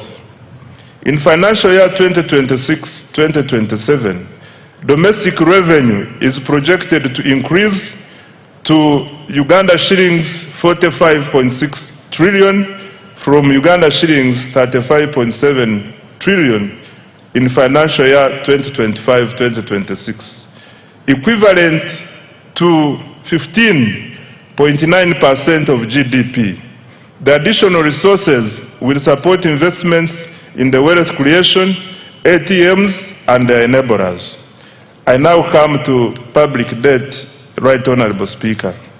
Mr. Speaker, as of December 2025, Uganda's total public debt stood at United States dollars 34.86 billion, equivalent to approximately Uganda shillings 126.19 trillion. Of this, external debt amounted to US dollars 15.84 billion, while domestic debt was United States dollars 19.02 billion. This translates into a debt to GDP ratio of approximately 53.0%. Mr. Speaker, public debt should always be assessed alongside the assets it finances and the economic returns it generates. Over the past 10 years, Uganda's debt has financed strategic investments that are transforming the productive capacity of our economy.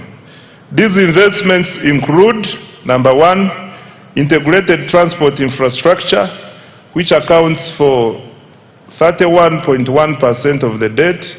Number two, electricity infrastructure, which accounts for 19.3%. 3, water infrastructure, which accounts for 10.3%. 4, agro-industrialization, which accounts for 9.2%. 5, education and health, which accounts for 7.7%.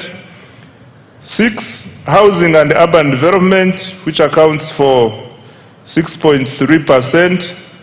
7, industrial parks and industrial development, which accounts for 2%, and other investments such as national backbone infrastructure to extend internet, STI, and regional development, which accounts for 7.0%. Mr. Speaker, Uganda's public debt remains sustainable and is projected to stay so over the medium and the long term. Accountability for financial year 2025-2026 and priorities for financial year 2026-2027.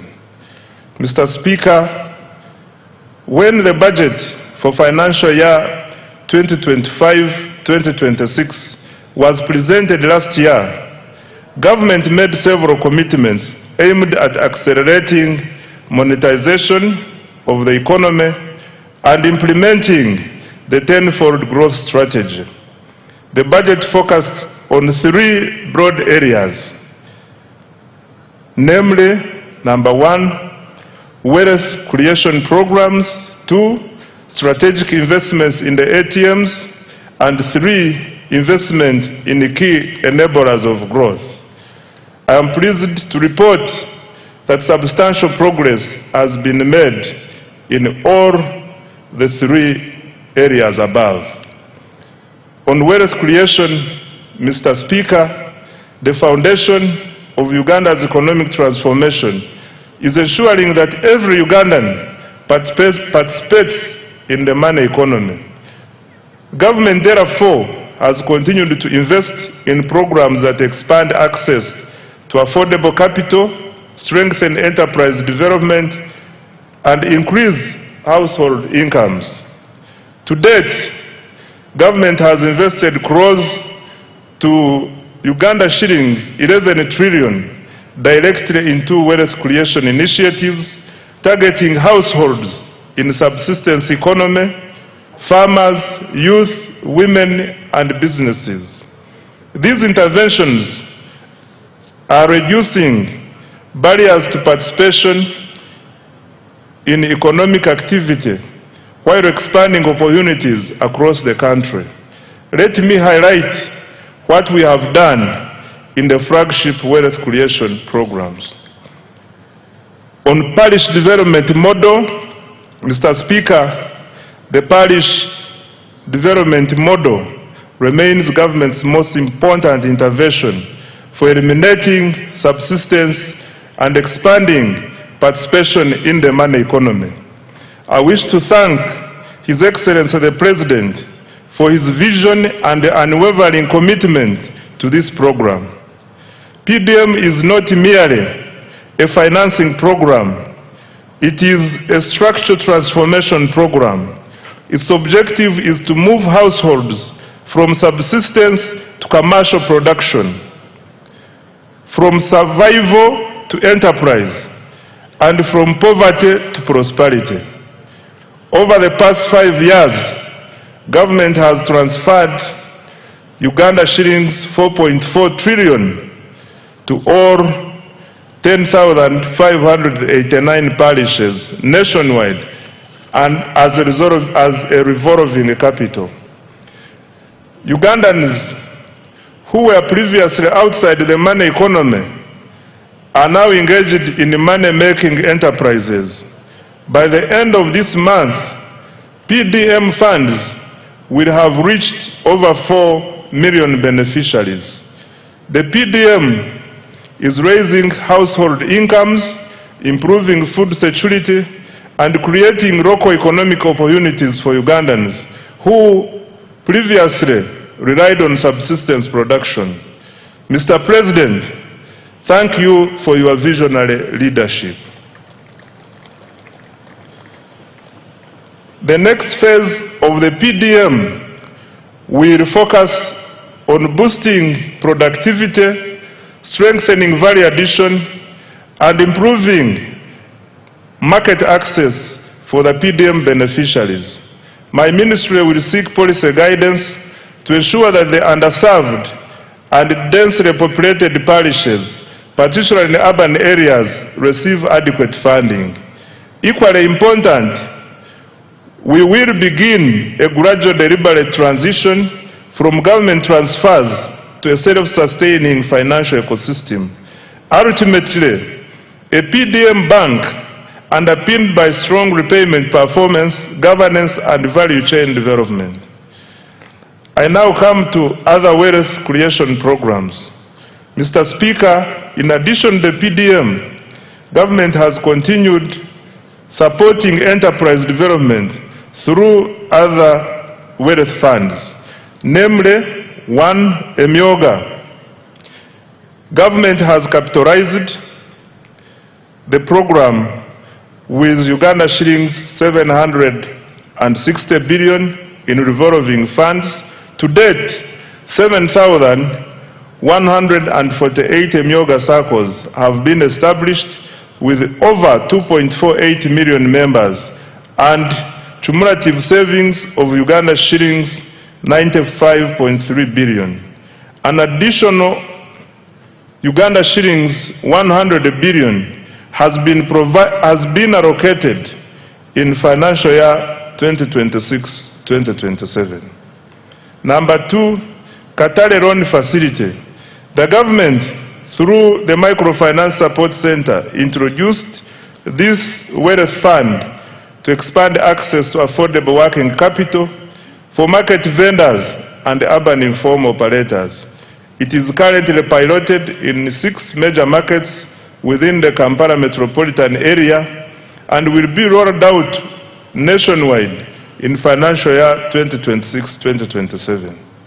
The piloted markets are St. Barikudembe, commonly known as Owino, Nakawa, Karerwe, Busega, Nakasero, and Gaba markets. The facility is providing working capital loans at an interest rate of 8% per annum. 3, the Small Business Fund. This fund, initially called the Small Business Recovery Fund, was established in 2021 to help small businesses affected by COVID-19 to recover. The fund has disbursed over Uganda shillings 82.1 billion to more than 4,031 small and medium enterprises. It provides affordable financing of up to Uganda shillings 500 million at a 10% interest rate to formal enterprises employing at least 2 people. 4 is the Agricultural Credit Facility. Government has invested a total of Uganda shillings 371.7 billion in the facility as a co-financing with participating financial institutions. The facility has cumulatively disbursed Uganda shillings 1.35 trillion to more than 14,000 beneficiaries. In financial year 2026-2027, an additional Uganda shillings 47.68 billion has been allocated to further capitalize the facility. 5, large-scale commercial farmers financing scheme. In financial year 2025-2026, Uganda shillings 41 billion was provided for interest payments on behalf of the large-scale farmers cultivating over 50 acres of grain and animal feeds. This support has so far enabled 186 farmers to access a total of Uganda shillings 169.1 billion from government-owned commercial banks.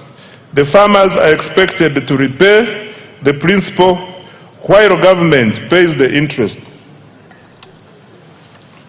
on their behalf. An additional 41 billion Uganda shillings has been allocated for financial year 2026-2027. 6. Uganda Development Bank. Government has cumulatively capitalized Uganda Development Bank with shillings 1.6 trillion to provide long-term patient capital to strategic sectors vital for industrialization and value addition. The bank has extended over Uganda shillings 2.45 trillion in financing to more than 600 businesses across agriculture, manufacturing, tourism, construction, and services. An additional Uganda shillings 442.2 billion has been allocated in financial year 2026-2027 to further capitalize Uganda Development Bank. 7. GROW and other women funds. Through the World Bank financed GROW project, Uganda shillings 133.14 billion in soft loans has been extended to 6,584 women-owned businesses to support their transition from informality. This complements Uganda shillings 153.5 billion previously disbursed under the Uganda Women Entrepreneurship Program WEP, which has benefited 244,805 women. 8. Youth empowerment programs. The Youth Livelihood Program has financed 24,859 projects benefiting 275,034 youth at a cost of Uganda shillings 195.4 billion, while 57,849 youth have benefited from the Youth Venture Capital Fund.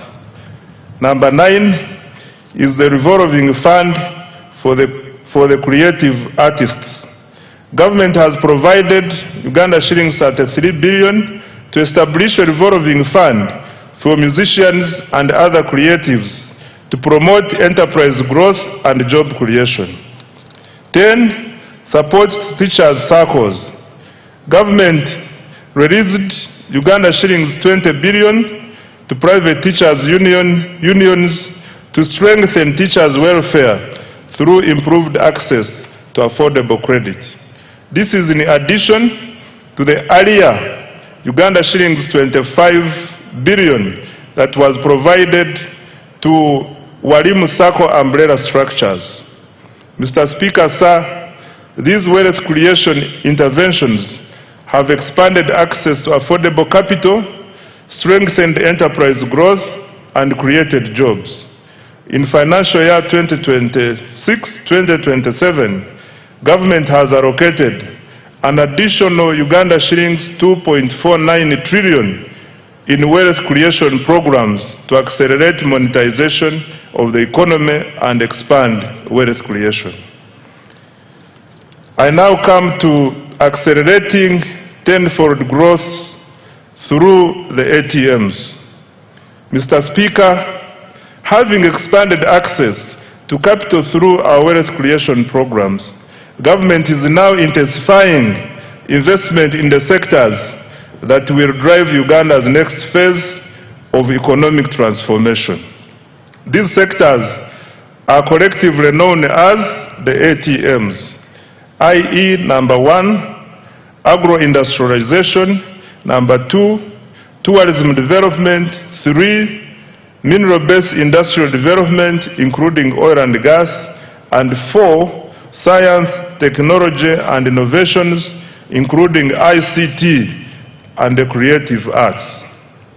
These sectors are deliberately selected because they represent Uganda's strongest comparative advantages and possesses the greatest potential to generate exports, jobs, incomes, and investment. Together, they form the engine of the tenfold growth strategy. The objective is simple: to convert Uganda's natural resources, human capital, and innovation into wealth, jobs, and prosperity. And I would like now to detail each. Under agro-industrialization, Mr. Speaker, agriculture remains the backbone of Uganda's economy. It employs millions of Ugandans, supplies raw materials to industry, produces exports, and sustains livelihoods across the country. However, Uganda's future prosperity will not come from producing more raw commodities alone. It will come from increasing productivity, expanding value addition, strengthening agro-processing, and improving market access. Government, therefore, continues to invest strategically across the entire agricultural value chain. Mr. Speaker, agricultural transformation begins with science. This year, government made significant advances in agriculture research and genetics. The Antique Vaccine Facility at the National Livestock Resources Research Institute in Nache Sasa was completed and is now operational, producing about 36 million doses, serving 18 million livestock in the first year. The government also produced foot and mouth disease vaccines and continued to advance research on disease-resistant crops and livestock breeds. These investments will reduce production losses, raise productivity, and increase farmer incomes. On water for production and irrigation, Mr. Speaker, climate change continues to expose farmers to significant weather-related risks. Government is therefore accelerating investment in irrigation and water for production infrastructure to reduce dependency on rainfall. Progress was registered on several major irrigation projects, including Kabuyanda Dam in Isinjiro District, Atali in Buramburi District, Wadelai in Pakwach District, Achomai in Bukedea District, Namaisu in Bududa District, Chembo Mbai in the Buko District, CP irrigation scheme in the Buramburi District. Solar powered irrigation schemes are also being rolled out across the country. These investments will support all year-round production, increase resilience, and improve agricultural productivity. On mechanization and animal health, Mr. Speaker, government continued developing regional agricultural mechanization centers and animal disease control centers to improve efficiency and productivity in the agricultural sector. Progress was registered in Chiruhura, Mbale, Chijandongo, Bunyangabo, Nakaseke, Katine, and several other districts. These facilities are improving access to modern agricultural equipment, veterinary services, and disease surveillance systems. On expanding commercial coffee production, Mr. Speaker, sir, coffee remains one of the Uganda's most important export commodities. Government has therefore expanded coffee cultivation into northern and eastern Uganda. During the year, 2 coffee mother gardens were established and over 1.4 million coffee seedlings distributed to 7,532 farmers in northern Uganda. This intervention will broaden participation in one of the Uganda's most profitable agricultural value chains. Financial year 2026-2027 priorities for agro-industrialization. Mr. Speaker, a total of Uganda shillings 2.26 trillion has been allocated to the agro-industrialization program in financial year 2026-2027. This is the highest allocation ever to this program. Priority interventions include: 1. Agricultural research and innovation, including funding for anti-tick vaccine commercialization; 2. Irrigation and water for production; 3. Extension services, more extension workers and their facilitation to reach farmers; 4. Provision of good quality agricultural input; 5. Post-harvest handling and storage; 6. Agro-processing and value addition; 7. Quality assurance and certification; and 8. Expanding market access. The objective is to move Uganda from exporting raw commodities to value addition agricultural products. On tourism development, Mr. Speaker, sir, tourism is one of Uganda's most powerful export industries. It generates foreign exchange, it creates jobs, it supports thousands of enterprises, and showcases Uganda to the world. The following achievements have been registered this financial year.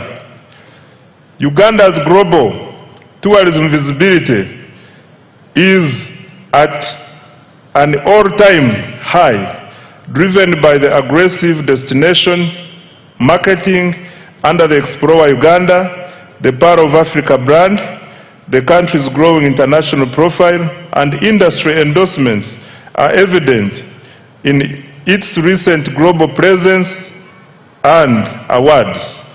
In the North America market, Uganda won the Best in Show Africa at the 2026 New York Travel and Adventure Show, bolstered by endorsements from the renowned travel journalists. In the Asian market, the country won the Best Exquisite Destination Award at the Outbound Travel Mart in Mumbai and gained strong visibility at the South Asia's leading travel and tourism exhibition in New Delhi. Mr. Speaker, government has intensified the international marketing of destination Uganda through participation in major tourism exhibitions and targeted promotion campaigns in Europe, the United Kingdom, North America, Asia, East Africa, and North Africa. Government also leveraged high-profile platforms, including the Africa Cup of Nations AFCON 2025 tournament in Morocco and the 2025 World Travel Market in London, showcase Uganda's tourism potential and attract visitors. In addition, Uganda successfully secured a bid to host 2 international conferences, further strengthening its position as a preferred destination for meetings, incentives, conferences, and exhibitions. Uganda also launched the economic and commercial to market Uganda as a preferred tourism, conference, and investment destination, expand market access for Ugandan products, attract strategic investors, and mobilize the diaspora to support national development. On tourism infrastructure, Mr. Speaker, government continued to invest in tourism infrastructure and attractions. Progress was made in the development of museums and cultural heritage sites in Moroto and Dokoro. Investments are also underway in the Gwenzori Central Circuit Trail, Chitagata Hot Springs, and visitor facilities at the source of the Nile in Jinja, including an observatory deck and a modern restaurant. Government also established a new wildlife education center in Mbale. These investments are enhancing visitor experiences and strengthening Uganda's competitiveness as a tourism destination. In financial year 2026-2027, the priorities under tourism are the following. Mr. Speaker, the government has allocated Uganda shillings 567.32 billion to continue developing the tourism sector next financial year. The priority interventions will include: 1. Branding and marketing of Uganda as a tourism and investment destination. 2. Tourism infrastructure development. 3. Construction of highway sanitation facilities and tourism site refreshment centers. 4. Improving and enforcing hospitality standards and training. 5. Conservation and wildlife protection to increase wildlife population across the national parks. 6. Health tourism. And 7. Economic and commercial diplomacy. I now come to mineral-based industrial development. Mr. Speaker, sir, Uganda is richly endowed with minerals. However, sustainable transformation will come not from extracting minerals, but from processing and adding value to them. Government strategy is therefore to transform mineral wealth into industrial wealth, and the following steps have been taken in that direction. 1. Government intensified mineral exploration and quantification. Geochemical surveys for gold were undertaken in Kasanda, Chiboga, and Mubende districts. Exploration confirmed an estimated 300 million tons of iron ore in Kabale, Rwanda, Ruchiga, Kisoro, Kanungu, Chiruhura, and Hoima districts. Surveys of copper prospects were conducted at the Bukusu carbonatite complex, which also has the potential for rare earth elements, as well as at the Boma and the Gwensakara sites. Evaluation of uranium, manganese, lithium, and nickel deposits is also ongoing across the country. Number 2, to add value to Uganda's limestone, a new clinker factory was commissioned in Moroto district to produce inputs for cement production. The factory operates a 6,000 ton per day clinker production line with annual production capacity of 2 million tons of clinker and 3 million tons of cement. The project is expected to save the country up to $260 million annually in clinker imports and create up to 4,000 jobs. Number 3, government continued to make substantial progress towards fast oil. Construction of the East African crude oil pipeline and the central processing facilities is at advanced stage and nearing completion. The Tilenga and Kingfisher upstream development projects also registered significant progress despite logistical challenges arising from the ongoing conflict in the Middle East. During the year, 51 additional wells were drilled, bringing the cumulative number to 199 wells, exceeding the 189 wells required for first oil production later this year. 4, government completed the first phase of Kabalega International Airport, providing critical logistics, infrastructure to support oil and gas development, tourism, trade and investment in the Albertine region. Number 5, through the Uganda National Oil Company, government continued the bulk procurement of petroleum products. This has strengthened fuel security and ensured uninterrupted supply despite disruptions in global energy markets. Consequently, Uganda experienced minimal fuel price volatility compared to several countries in the region. 6. In addition, government through UNOC acquired a 20.15% stake in the Kenya Pipeline Company. This is a strategic investment to strengthen Uganda's energy security and enhance the reliability of fuel supply. Given that over 95% of Uganda's refined petroleum products are imported through the Kenyan corridor, this investment will help secure access to critical petroleum infrastructure and support more predictable fuel supply and pricing. Financial year 2026-2027 priorities for minerals and oil and gas. Mr. Speaker, sir, Uganda shillings 473.51 billion has been allocated for mineral-based industrial development, mining, and oil and gas. And the priority areas include, number 1, continued mineral exploration, quantification, and certification. Number 2, continued capitalization of the National Mining Company. 3, establishment of the mineral market and buying centers. 4, operationalization of ECOP, and 5, development of the oil refinery. I now come to science, technology, and innovations. Right Honorable Speaker, no country has achieved rapid economic transformation without innovation.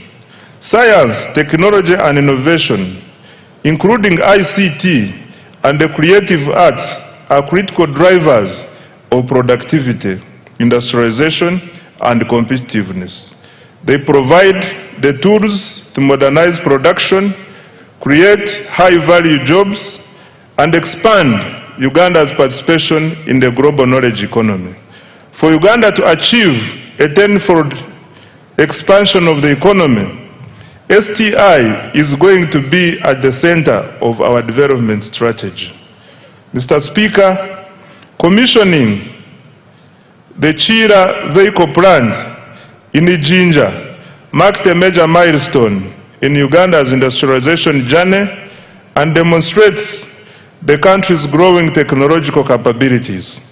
The plant has the capacity to produce up to 2,500 buses annually. Despite being in its early stages of operation, Chira Motors has already made bus sales worth Uganda shillings 21.6 billion and received orders for 450 buses from Uganda and the region. The quality and reliability of its products were further demonstrated through the successful Par to Cape electric expedition, during which the Kayora electric bus traversed more than 13,000 kilometers across Africa. Mr. Speaker, to date, more than 25,000 electric vehicles, including buses, motorcycles, and bicycles, have been produced locally with up to 40% local content. In a further boost to the sector, Solar Power completed the construction of East Africa's first production-scale lithium-ion battery assembly plant in Uganda. This has strengthened domestic manufacturing capacity and positioned the country as a regional hub for electric mobility and clean energy technologies. On pharmaceuticals and biotechnology, Mr. Speaker, government continued to strengthen pharmaceutical manufacturing and biotechnology as part of the efforts to build a competitive pathogenic economy. Uganda is deliberately supporting the domestic production of medicines, vaccines, diagnostics, and other health products, while promoting research, innovation, import substitution, export growth, and resilience in the health sector. Significant progress was registered through strategic investments in and government procurement from local pharmaceutical and biotechnology companies, including Macrohim Scientifics, Day Pharma, Jena Herbal, and other emerging manufacturers. Macrohim Scientifics has established itself as a leading African manufacturer for rapid diagnostic kits, recording annual sales of approximately United States dollars 75 million from products used in the diagnosis of malaria, HIV/AIDS, and sickle cell diseases. Day Pharma has operationalized manufacturing lines for generic, oral solid, and liquid medicines and secured approvals from the National Drug Authority for a range of essential medicines. Jena Herbal, the manufacturer of Covidex, has established a pharmaceutical manufacturing facility in Soroti, expanding Uganda's capacity to produce health products locally and strengthening the country's pharmaceutical value chain. These investments are improving health security, reducing imports, and creating high-value jobs. On advancing Uganda's space science, Mr. Speaker, government has strengthened Uganda's space science and satellite technology capabilities. Government established modern ground satellite infrastructure at the Uganda National Space Center at Mpoma Mukono district. This has enabled our scientists to successfully deploy a climate camera to the International Space Station. This has expanded the country's capacity to generate real-time data for climate monitoring, environmental management, disaster preparedness, and evidence-based decision-making. On value addition under STI, Mr. Speaker, government has intensified agro-industrialization initiatives driven by scientific innovation aimed at increasing value addition, branding, and export competitiveness. The Banana Value Addition Facility by Professor Mlanga strengthened its production capacity for banana value-added products and fulfilled export orders from South Korea, Saudi Arabia, Qatar, and Italy. In addition, government has invested in the establishment of the Coffee Park in Ntungamo. The Africa Coffee Park has innovated 18 products of value-added coffee ready to go into the market for roast, freeze-dry, and spray-dry high-level technology. On digital transformation, Mr. Speaker, government continued expanding digital infrastructure to improve the availability, reliability, affordability of ICT services, as well as access to the services. During the year, an additional 879 kilometers of fiber optic cable were installed, bringing the national fiber backbone to approximately 62,941 kilometers. As a result, internet costs declined from $70 to $35 per megabyte per second. Active mobile internet subscriptions stand at 18.5 million, while the number of smartphones connected to Uganda network has reached 20 million. Total registered mobile telephone subscriptions have reached 57.3 million, placing Uganda among the most connected markets in the region. The increased penetration of mobile telephones has increased financial inclusion and improved access to e-commerce, telemedicine, marketing, and agricultural information for farmers. In the year ending March 2026, mobile money transactions rose by 29% to Uganda shillings 392.7 trillion. Active mobile money accounts stood at 36.7 million. As at 31st March 2026, the number of mobile money agents had reached 1.22 million. I now come to creative arts.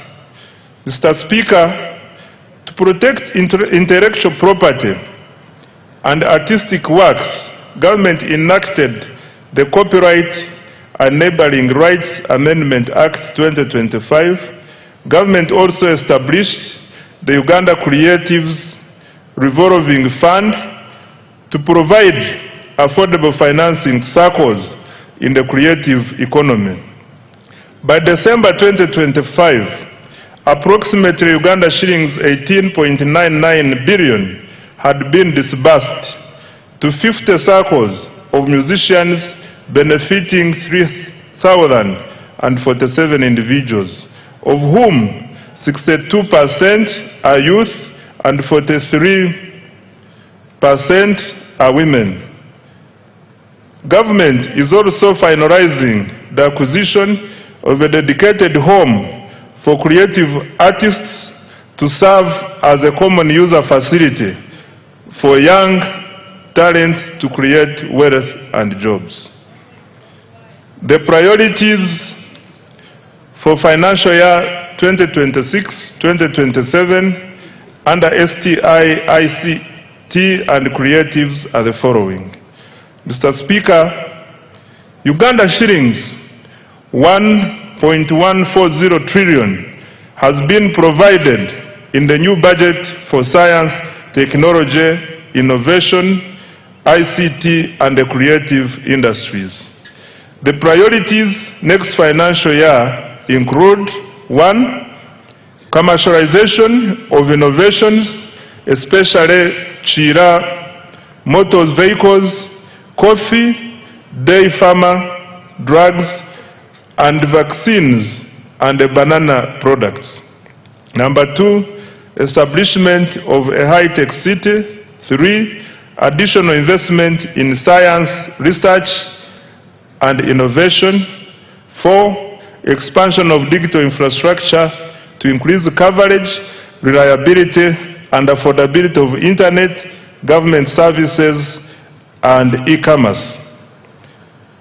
5, growth of business process outsourcing for job creation. 6, expanding the free-to-air TV signal. And 7, strengthening intellectual property protection. I now come to enablers. Mr. Speaker, government also continued to invest in the key enablers of socio-economic transformation in line with the NDP 4 and the 10-fold growth strategy. These include human capital development, infrastructure, security, and the rule of law, as well as domestic revenue mobilization to finance the transformation agenda. Under enabler number 1, which is peace, security, and rule of law, Mr. Speaker, peace, security, and rule of law are the foundations of development. Without peace, you cannot create prosperity. Without security and the rule of law, there is no investment. Without stability, there is no growth.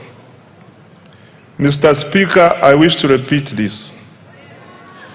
Without peace, you cannot create prosperity. Without security and rule of law, there is no investment. Without stability, there is no growth. Government has continued to invest in security, justice, and governance institutions.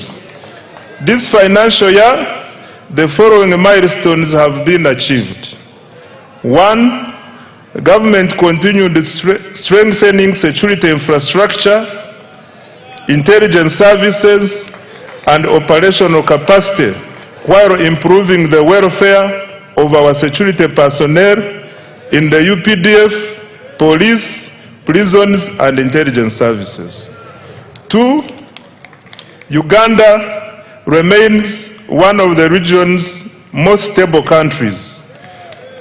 Despite being an election year, reported crimes fell by 10.2% from 218,715 cases in 2024 to 196,405 in 2025, reducing the crime rate from 502 to 427 per 1,000 people. 3. Uganda continued to contribute to regional peace and security through African Union and UN peace support operations in Somalia, alongside military deployments in the Democratic Republic of Congo, South Sudan, and other places. 4. The 275-bed National Referral Military Hospital in Mbuya, Kampala, is now operational. It attends to an average of 150 patients per day for services including dialysis, dental care, physiotherapy, and ENT. 5. Construction of the UPDF military headquarters in Mbuya is 70% complete. In addition, over 230 housing units and new administrative blocks for the Air Force and Marines are under construction to enhance personnel welfare and operational efficiency. 6. Government provided over Uganda shillings 1.697 trillion to the relevant institutions to organize the recently concluded successful general elections. 7. Mass enrollment and issuance of national identity cards progressed well. The total population identified with the National Identification Number NIN is 34.14 million. Renewals 13.85 million, cards printed 14.67 million, and cards issued to the population 6.2 million. Beyond securing elections and supporting national security, the national ID has improved access to public services, broadened financial inclusion, and eased travel within the East African community. 8. Cattle restocking has begun in Acholi, Lango, Teso, and Teso, targeting 16,000 households, each receiving 5 million to purchase 2 bulls and 3 heifers. To date, 2,000 households have been compensated. Financial year 2026-2027 priorities for security, governance and rule of law are the following. Mr. Speaker, government has allocated Uganda shillings 10.21 trillion security, governance and rule of law institutions for financial year 2026-2027, and the priority interventions include: 1. Continued modernization, training and welfare of the UPDF. 2. Full equipping of the National Referral Military Hospital and completion of the UPDF headquarters. 3. Strengthening of broader security, counter-terrorism and regional peace support operations. 4. Enhancing community policing, crime intelligence, forensics and CCTV coverage. 5. Cyber security and protection of critical national infrastructure. 6. Improving immigration services, NIN/ID enrollment and e-passport issuance. 7. Fighting against corruption. 8. Continued cattle restocking in the Acholi, Rango, Teso sub-regions. I now come to enabler number 2, which is infrastructure development. Mr. Speaker, sir, transport infrastructure is the bone marrow of the economy.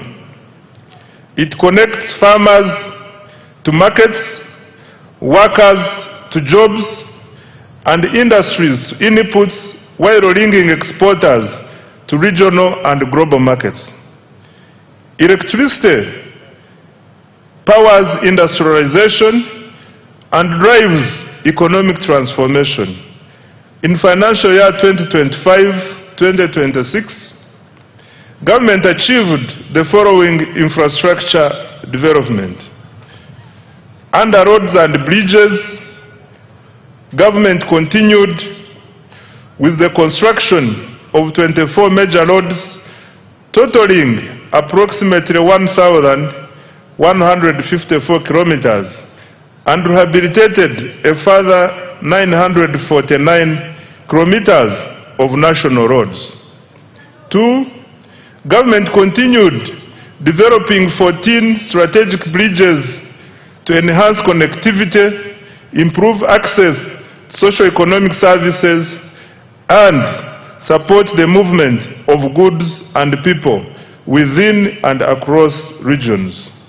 3. Government stepped up maintenance of national roads network.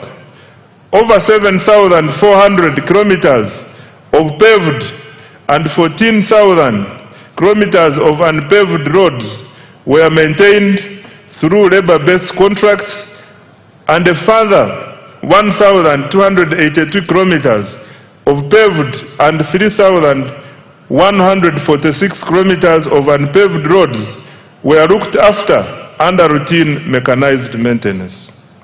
4.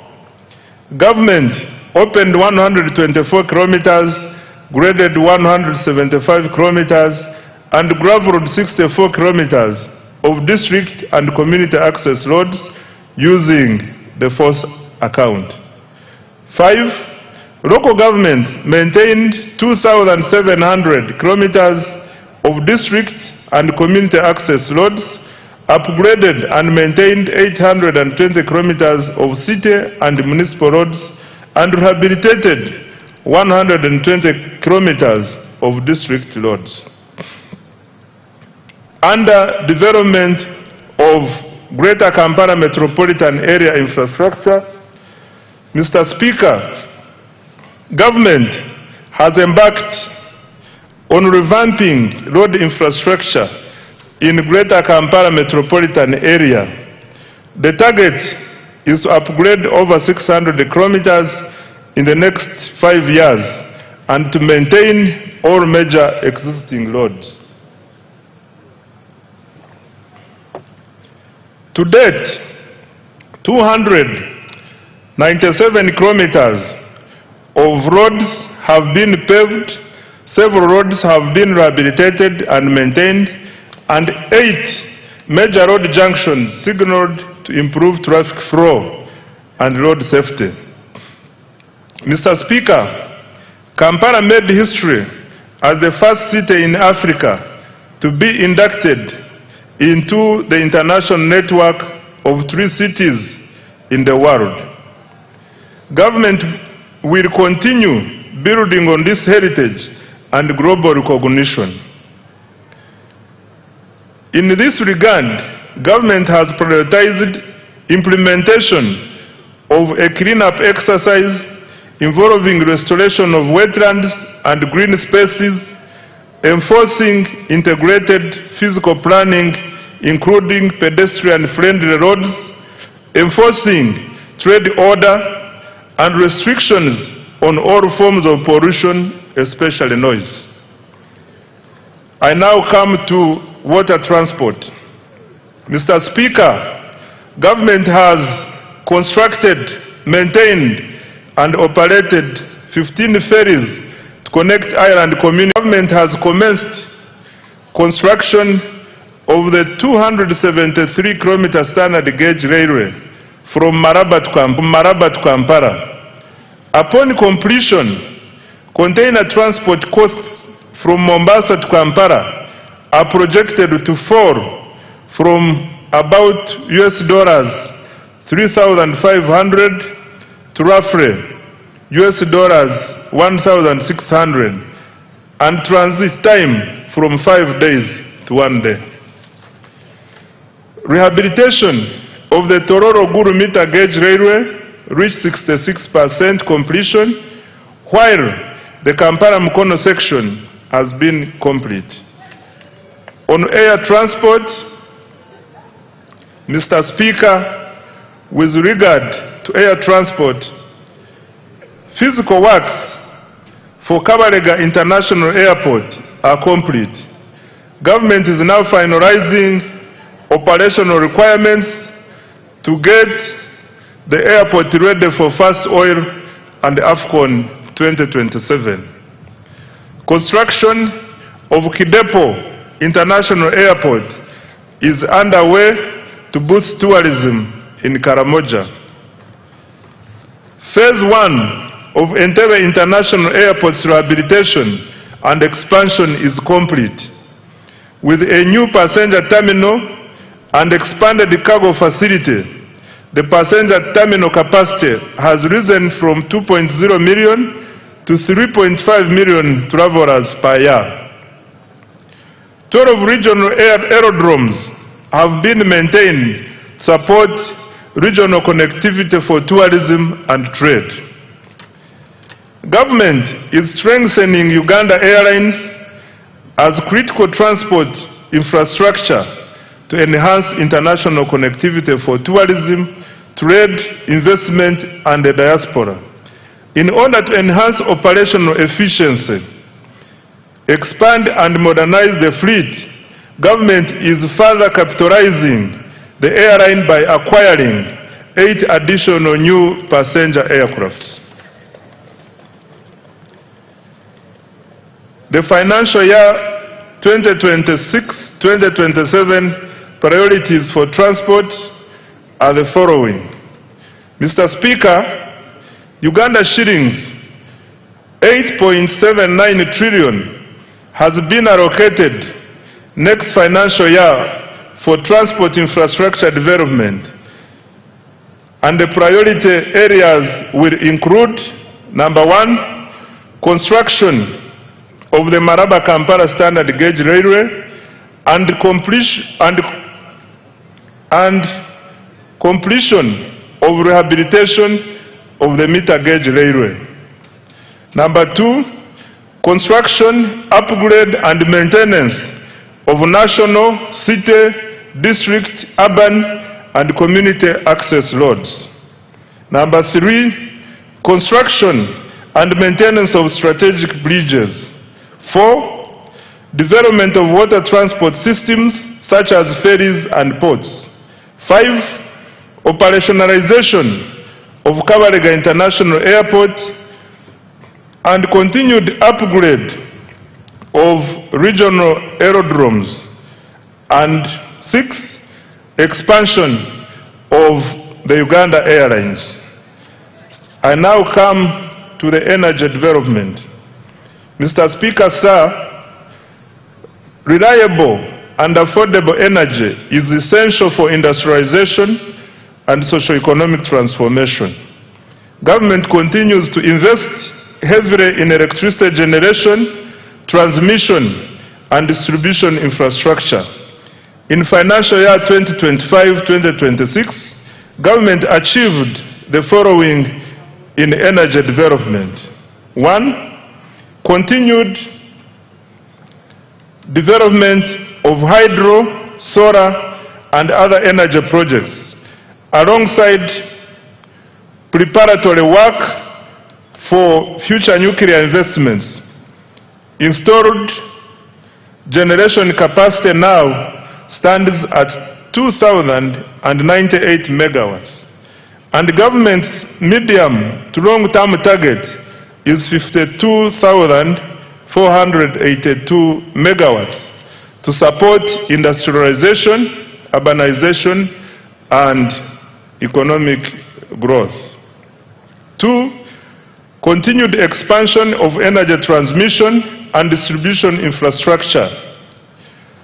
Completed and continued construction of multiple lines, including the Kore-Guru-Nebi-Arua line, 132 kV, the Kampala Metropolitan Transmission Line, 132 kV, including 2 associated mobile substations, Mirama, Kabale, 132 kV, Karuma Tororo, 400 kV, Tororo Resource, 400 kV, Mutundo Entebbe, 132 kV, and Lira Guru Agago, 132 kV. Good progress has also been made on substations serving industrial parks in Mbale, Kapeka, and the Kabarega Petrochemical Industrial Park. 3. The share of households in rural areas connected to grid electricity has nearly doubled in the 3 years, from 6.8% in financial year 2021-22 to 11.4% in financial year 2024-2025. 4. Through Uganda Energy Credit Capitalization Company, government commenced construction of 4 small mini hydro power sites expected to generate 5 megawatts of electricity. These sites will be completed in March 2027 and will provide reliable power to very hard to reach and remote areas. Further, under the Electricity Access Scale-Up Project, 419,592 off-grid solar connections have been made countrywide. Financial year 2026-2027 priorities for the energy sector are the following. Mr. Speaker, government has allocated Uganda shillings 2.07 trillion to energy development, and the priority interventions include: 1. Expansion of generation capacity by commencing the 380 megawatt Kiba hydroelectricity plant, a floating solar plant at Isimba, and 500 megawatts of utility-scale solar in the Elgon and Acholi regions. 2. Preparatory work for nuclear energy generation at Uyende. 3. Expansion of transmission and associated substation infrastructure. 4. Rural electrification. And 5. Industrial power connections. I now come to investing in the people.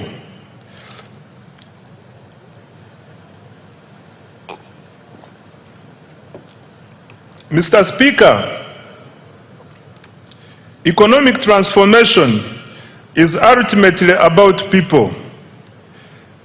A healthy, educated, skilled, and productive population is indispensable for sustained growth and shared prosperity.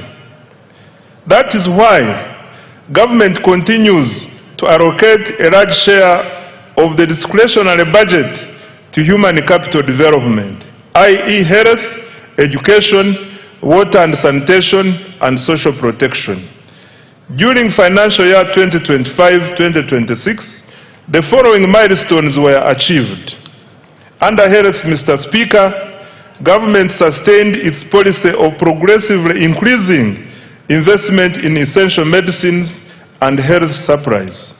Accordingly, funding through the national medical stores was increased by Uganda shillings 145.33 billion to Uganda shillings 862.93 billion in financial year 2025-2026. Government will continue to increase domestic financing for essential health commodities with the aim of substantially reducing reliance on donor support. This will guarantee uninterrupted access to essential medicines like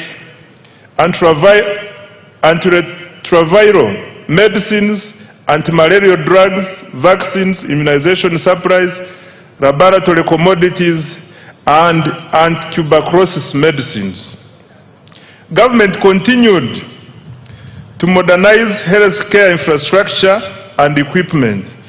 During the year, 17 regional referral hospitals and 25 general hospitals were equipped with neonatal intensive care units.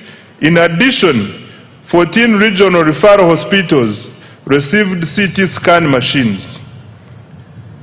Construction and upgrading of 31 health facilities across Karamoja is ongoing. Government also completed high-capacity medical waste incinerators in Fort Portal, Guru, Barara, KCCA, and Lira. Busorwe, Gombe, Kaworo hospitals were also rehabilitated. Right Honorable Speaker, government continued to promote preventive health care through immunization, disease prevention, and nutrition programs. Immunization coverage for children under 1 year reached 94%, while first dose measles, rubella coverage reached 93%. Government also conducted nationwide campaigns against malaria, HIV/AIDS, Ebola, cholera, and yellow fever, and promoted nutrition education for children, pregnant women, the elderly, and other vulnerable groups. Government also continued to expand specialized healthcare services in oncology, cardiology, and other fields, reducing the need for treatment abroad. The Uganda Heart Institute conducted 634 cardiac interventions, including open heart, closed heart, vascular, and catheterization procedures. In April 2026, the Uganda Cancer Institute successfully performed the country's first bone marrow transplant. Mr. Speaker, specialized healthcare services will be further strengthened by ongoing investments. The 250-bed capacity cardiac hospital in Naguru, Kampala is 44% complete and expected to be completed by June 2027. The International Specialized Hospital of Uganda at Lubowa is 75% complete and will be completed in December 2027. Mr. Speaker, I wish to repeat this one. The International Specialized Hospital of Uganda at Lubowa is 75% complete and will be completed in December 2027. The first phase of the Nuclear Medicine Center for the cancer treatment is 95% complete, with radiotherapy and advanced molecular imaging services. Phase 2 of the PET Center is 10% complete. Regional cancer centers in Mbarara, Arua, and Mbale are under construction, while the Guru Center is fully operational. Other achievements in the health sector include: 1.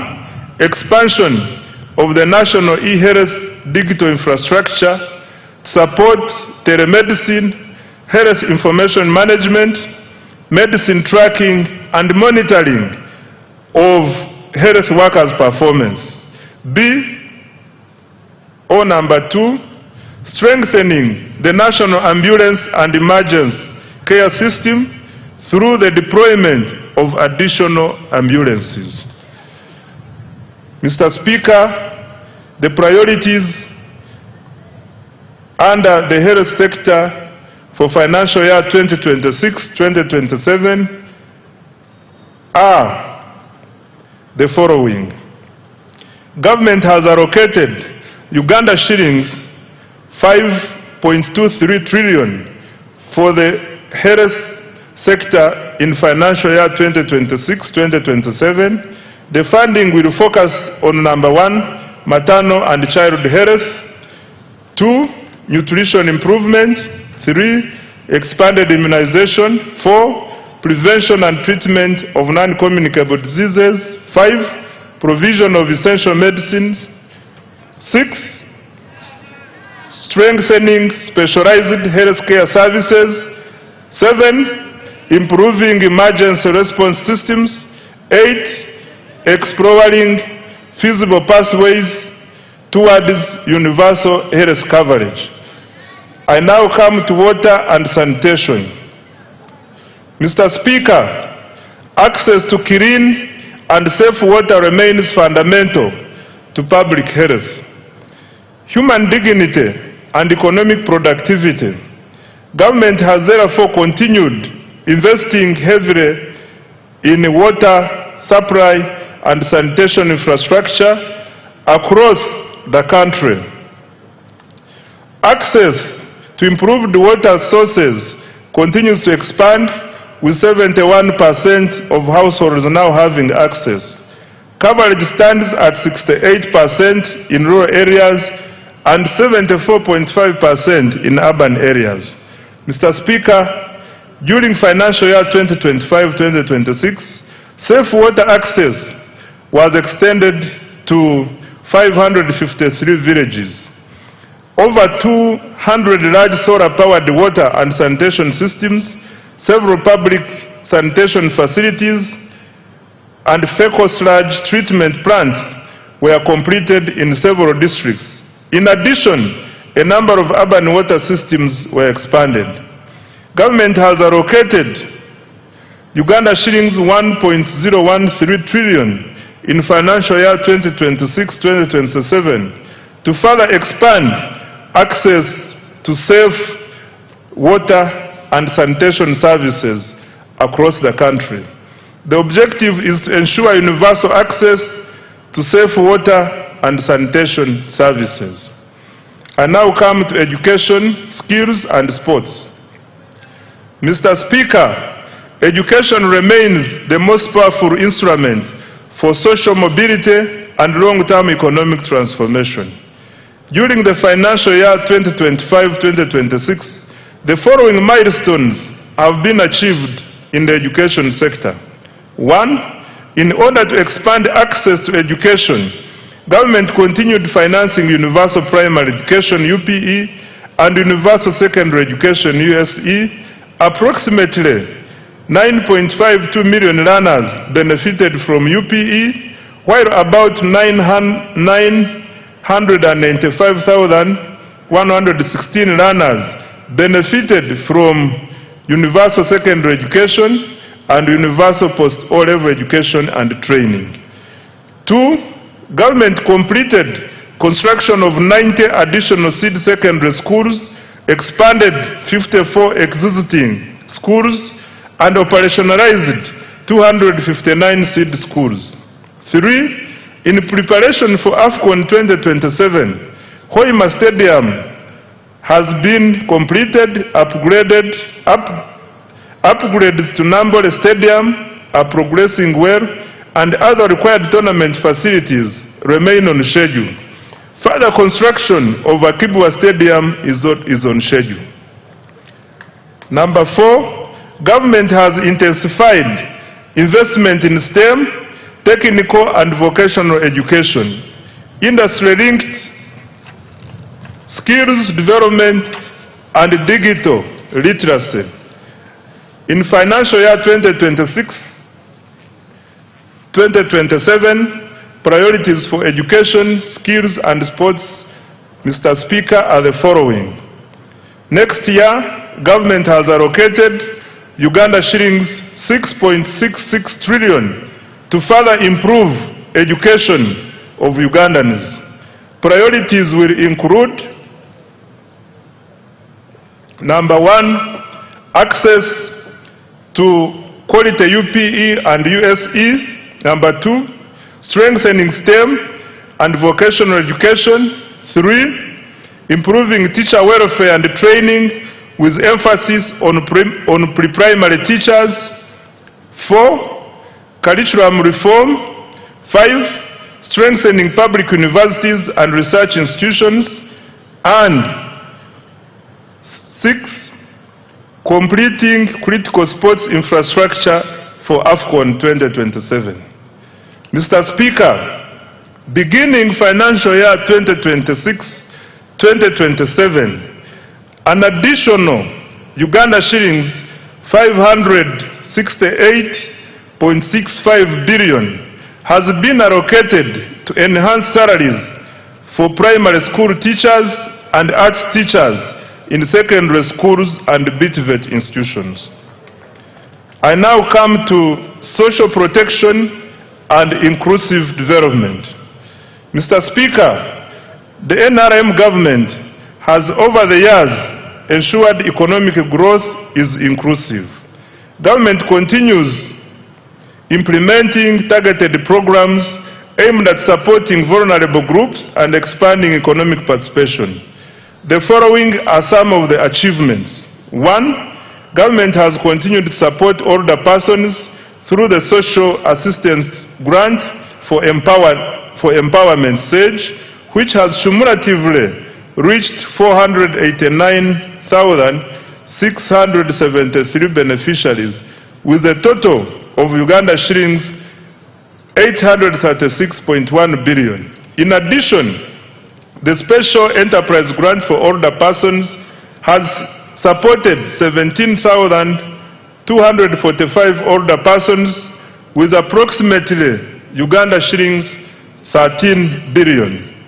Number 2, under the National Special Grant for Persons with Disabilities, 72,772 beneficiaries have received Uganda shillings 48.5 billion across 171 local governments. 3, the Youth Livelihood Program has financed 24,859 projects benefiting 275,034 youth at Uganda shillings 195.4 billion, while 57,849 youth have benefited from the Youth Venture Capital Fund.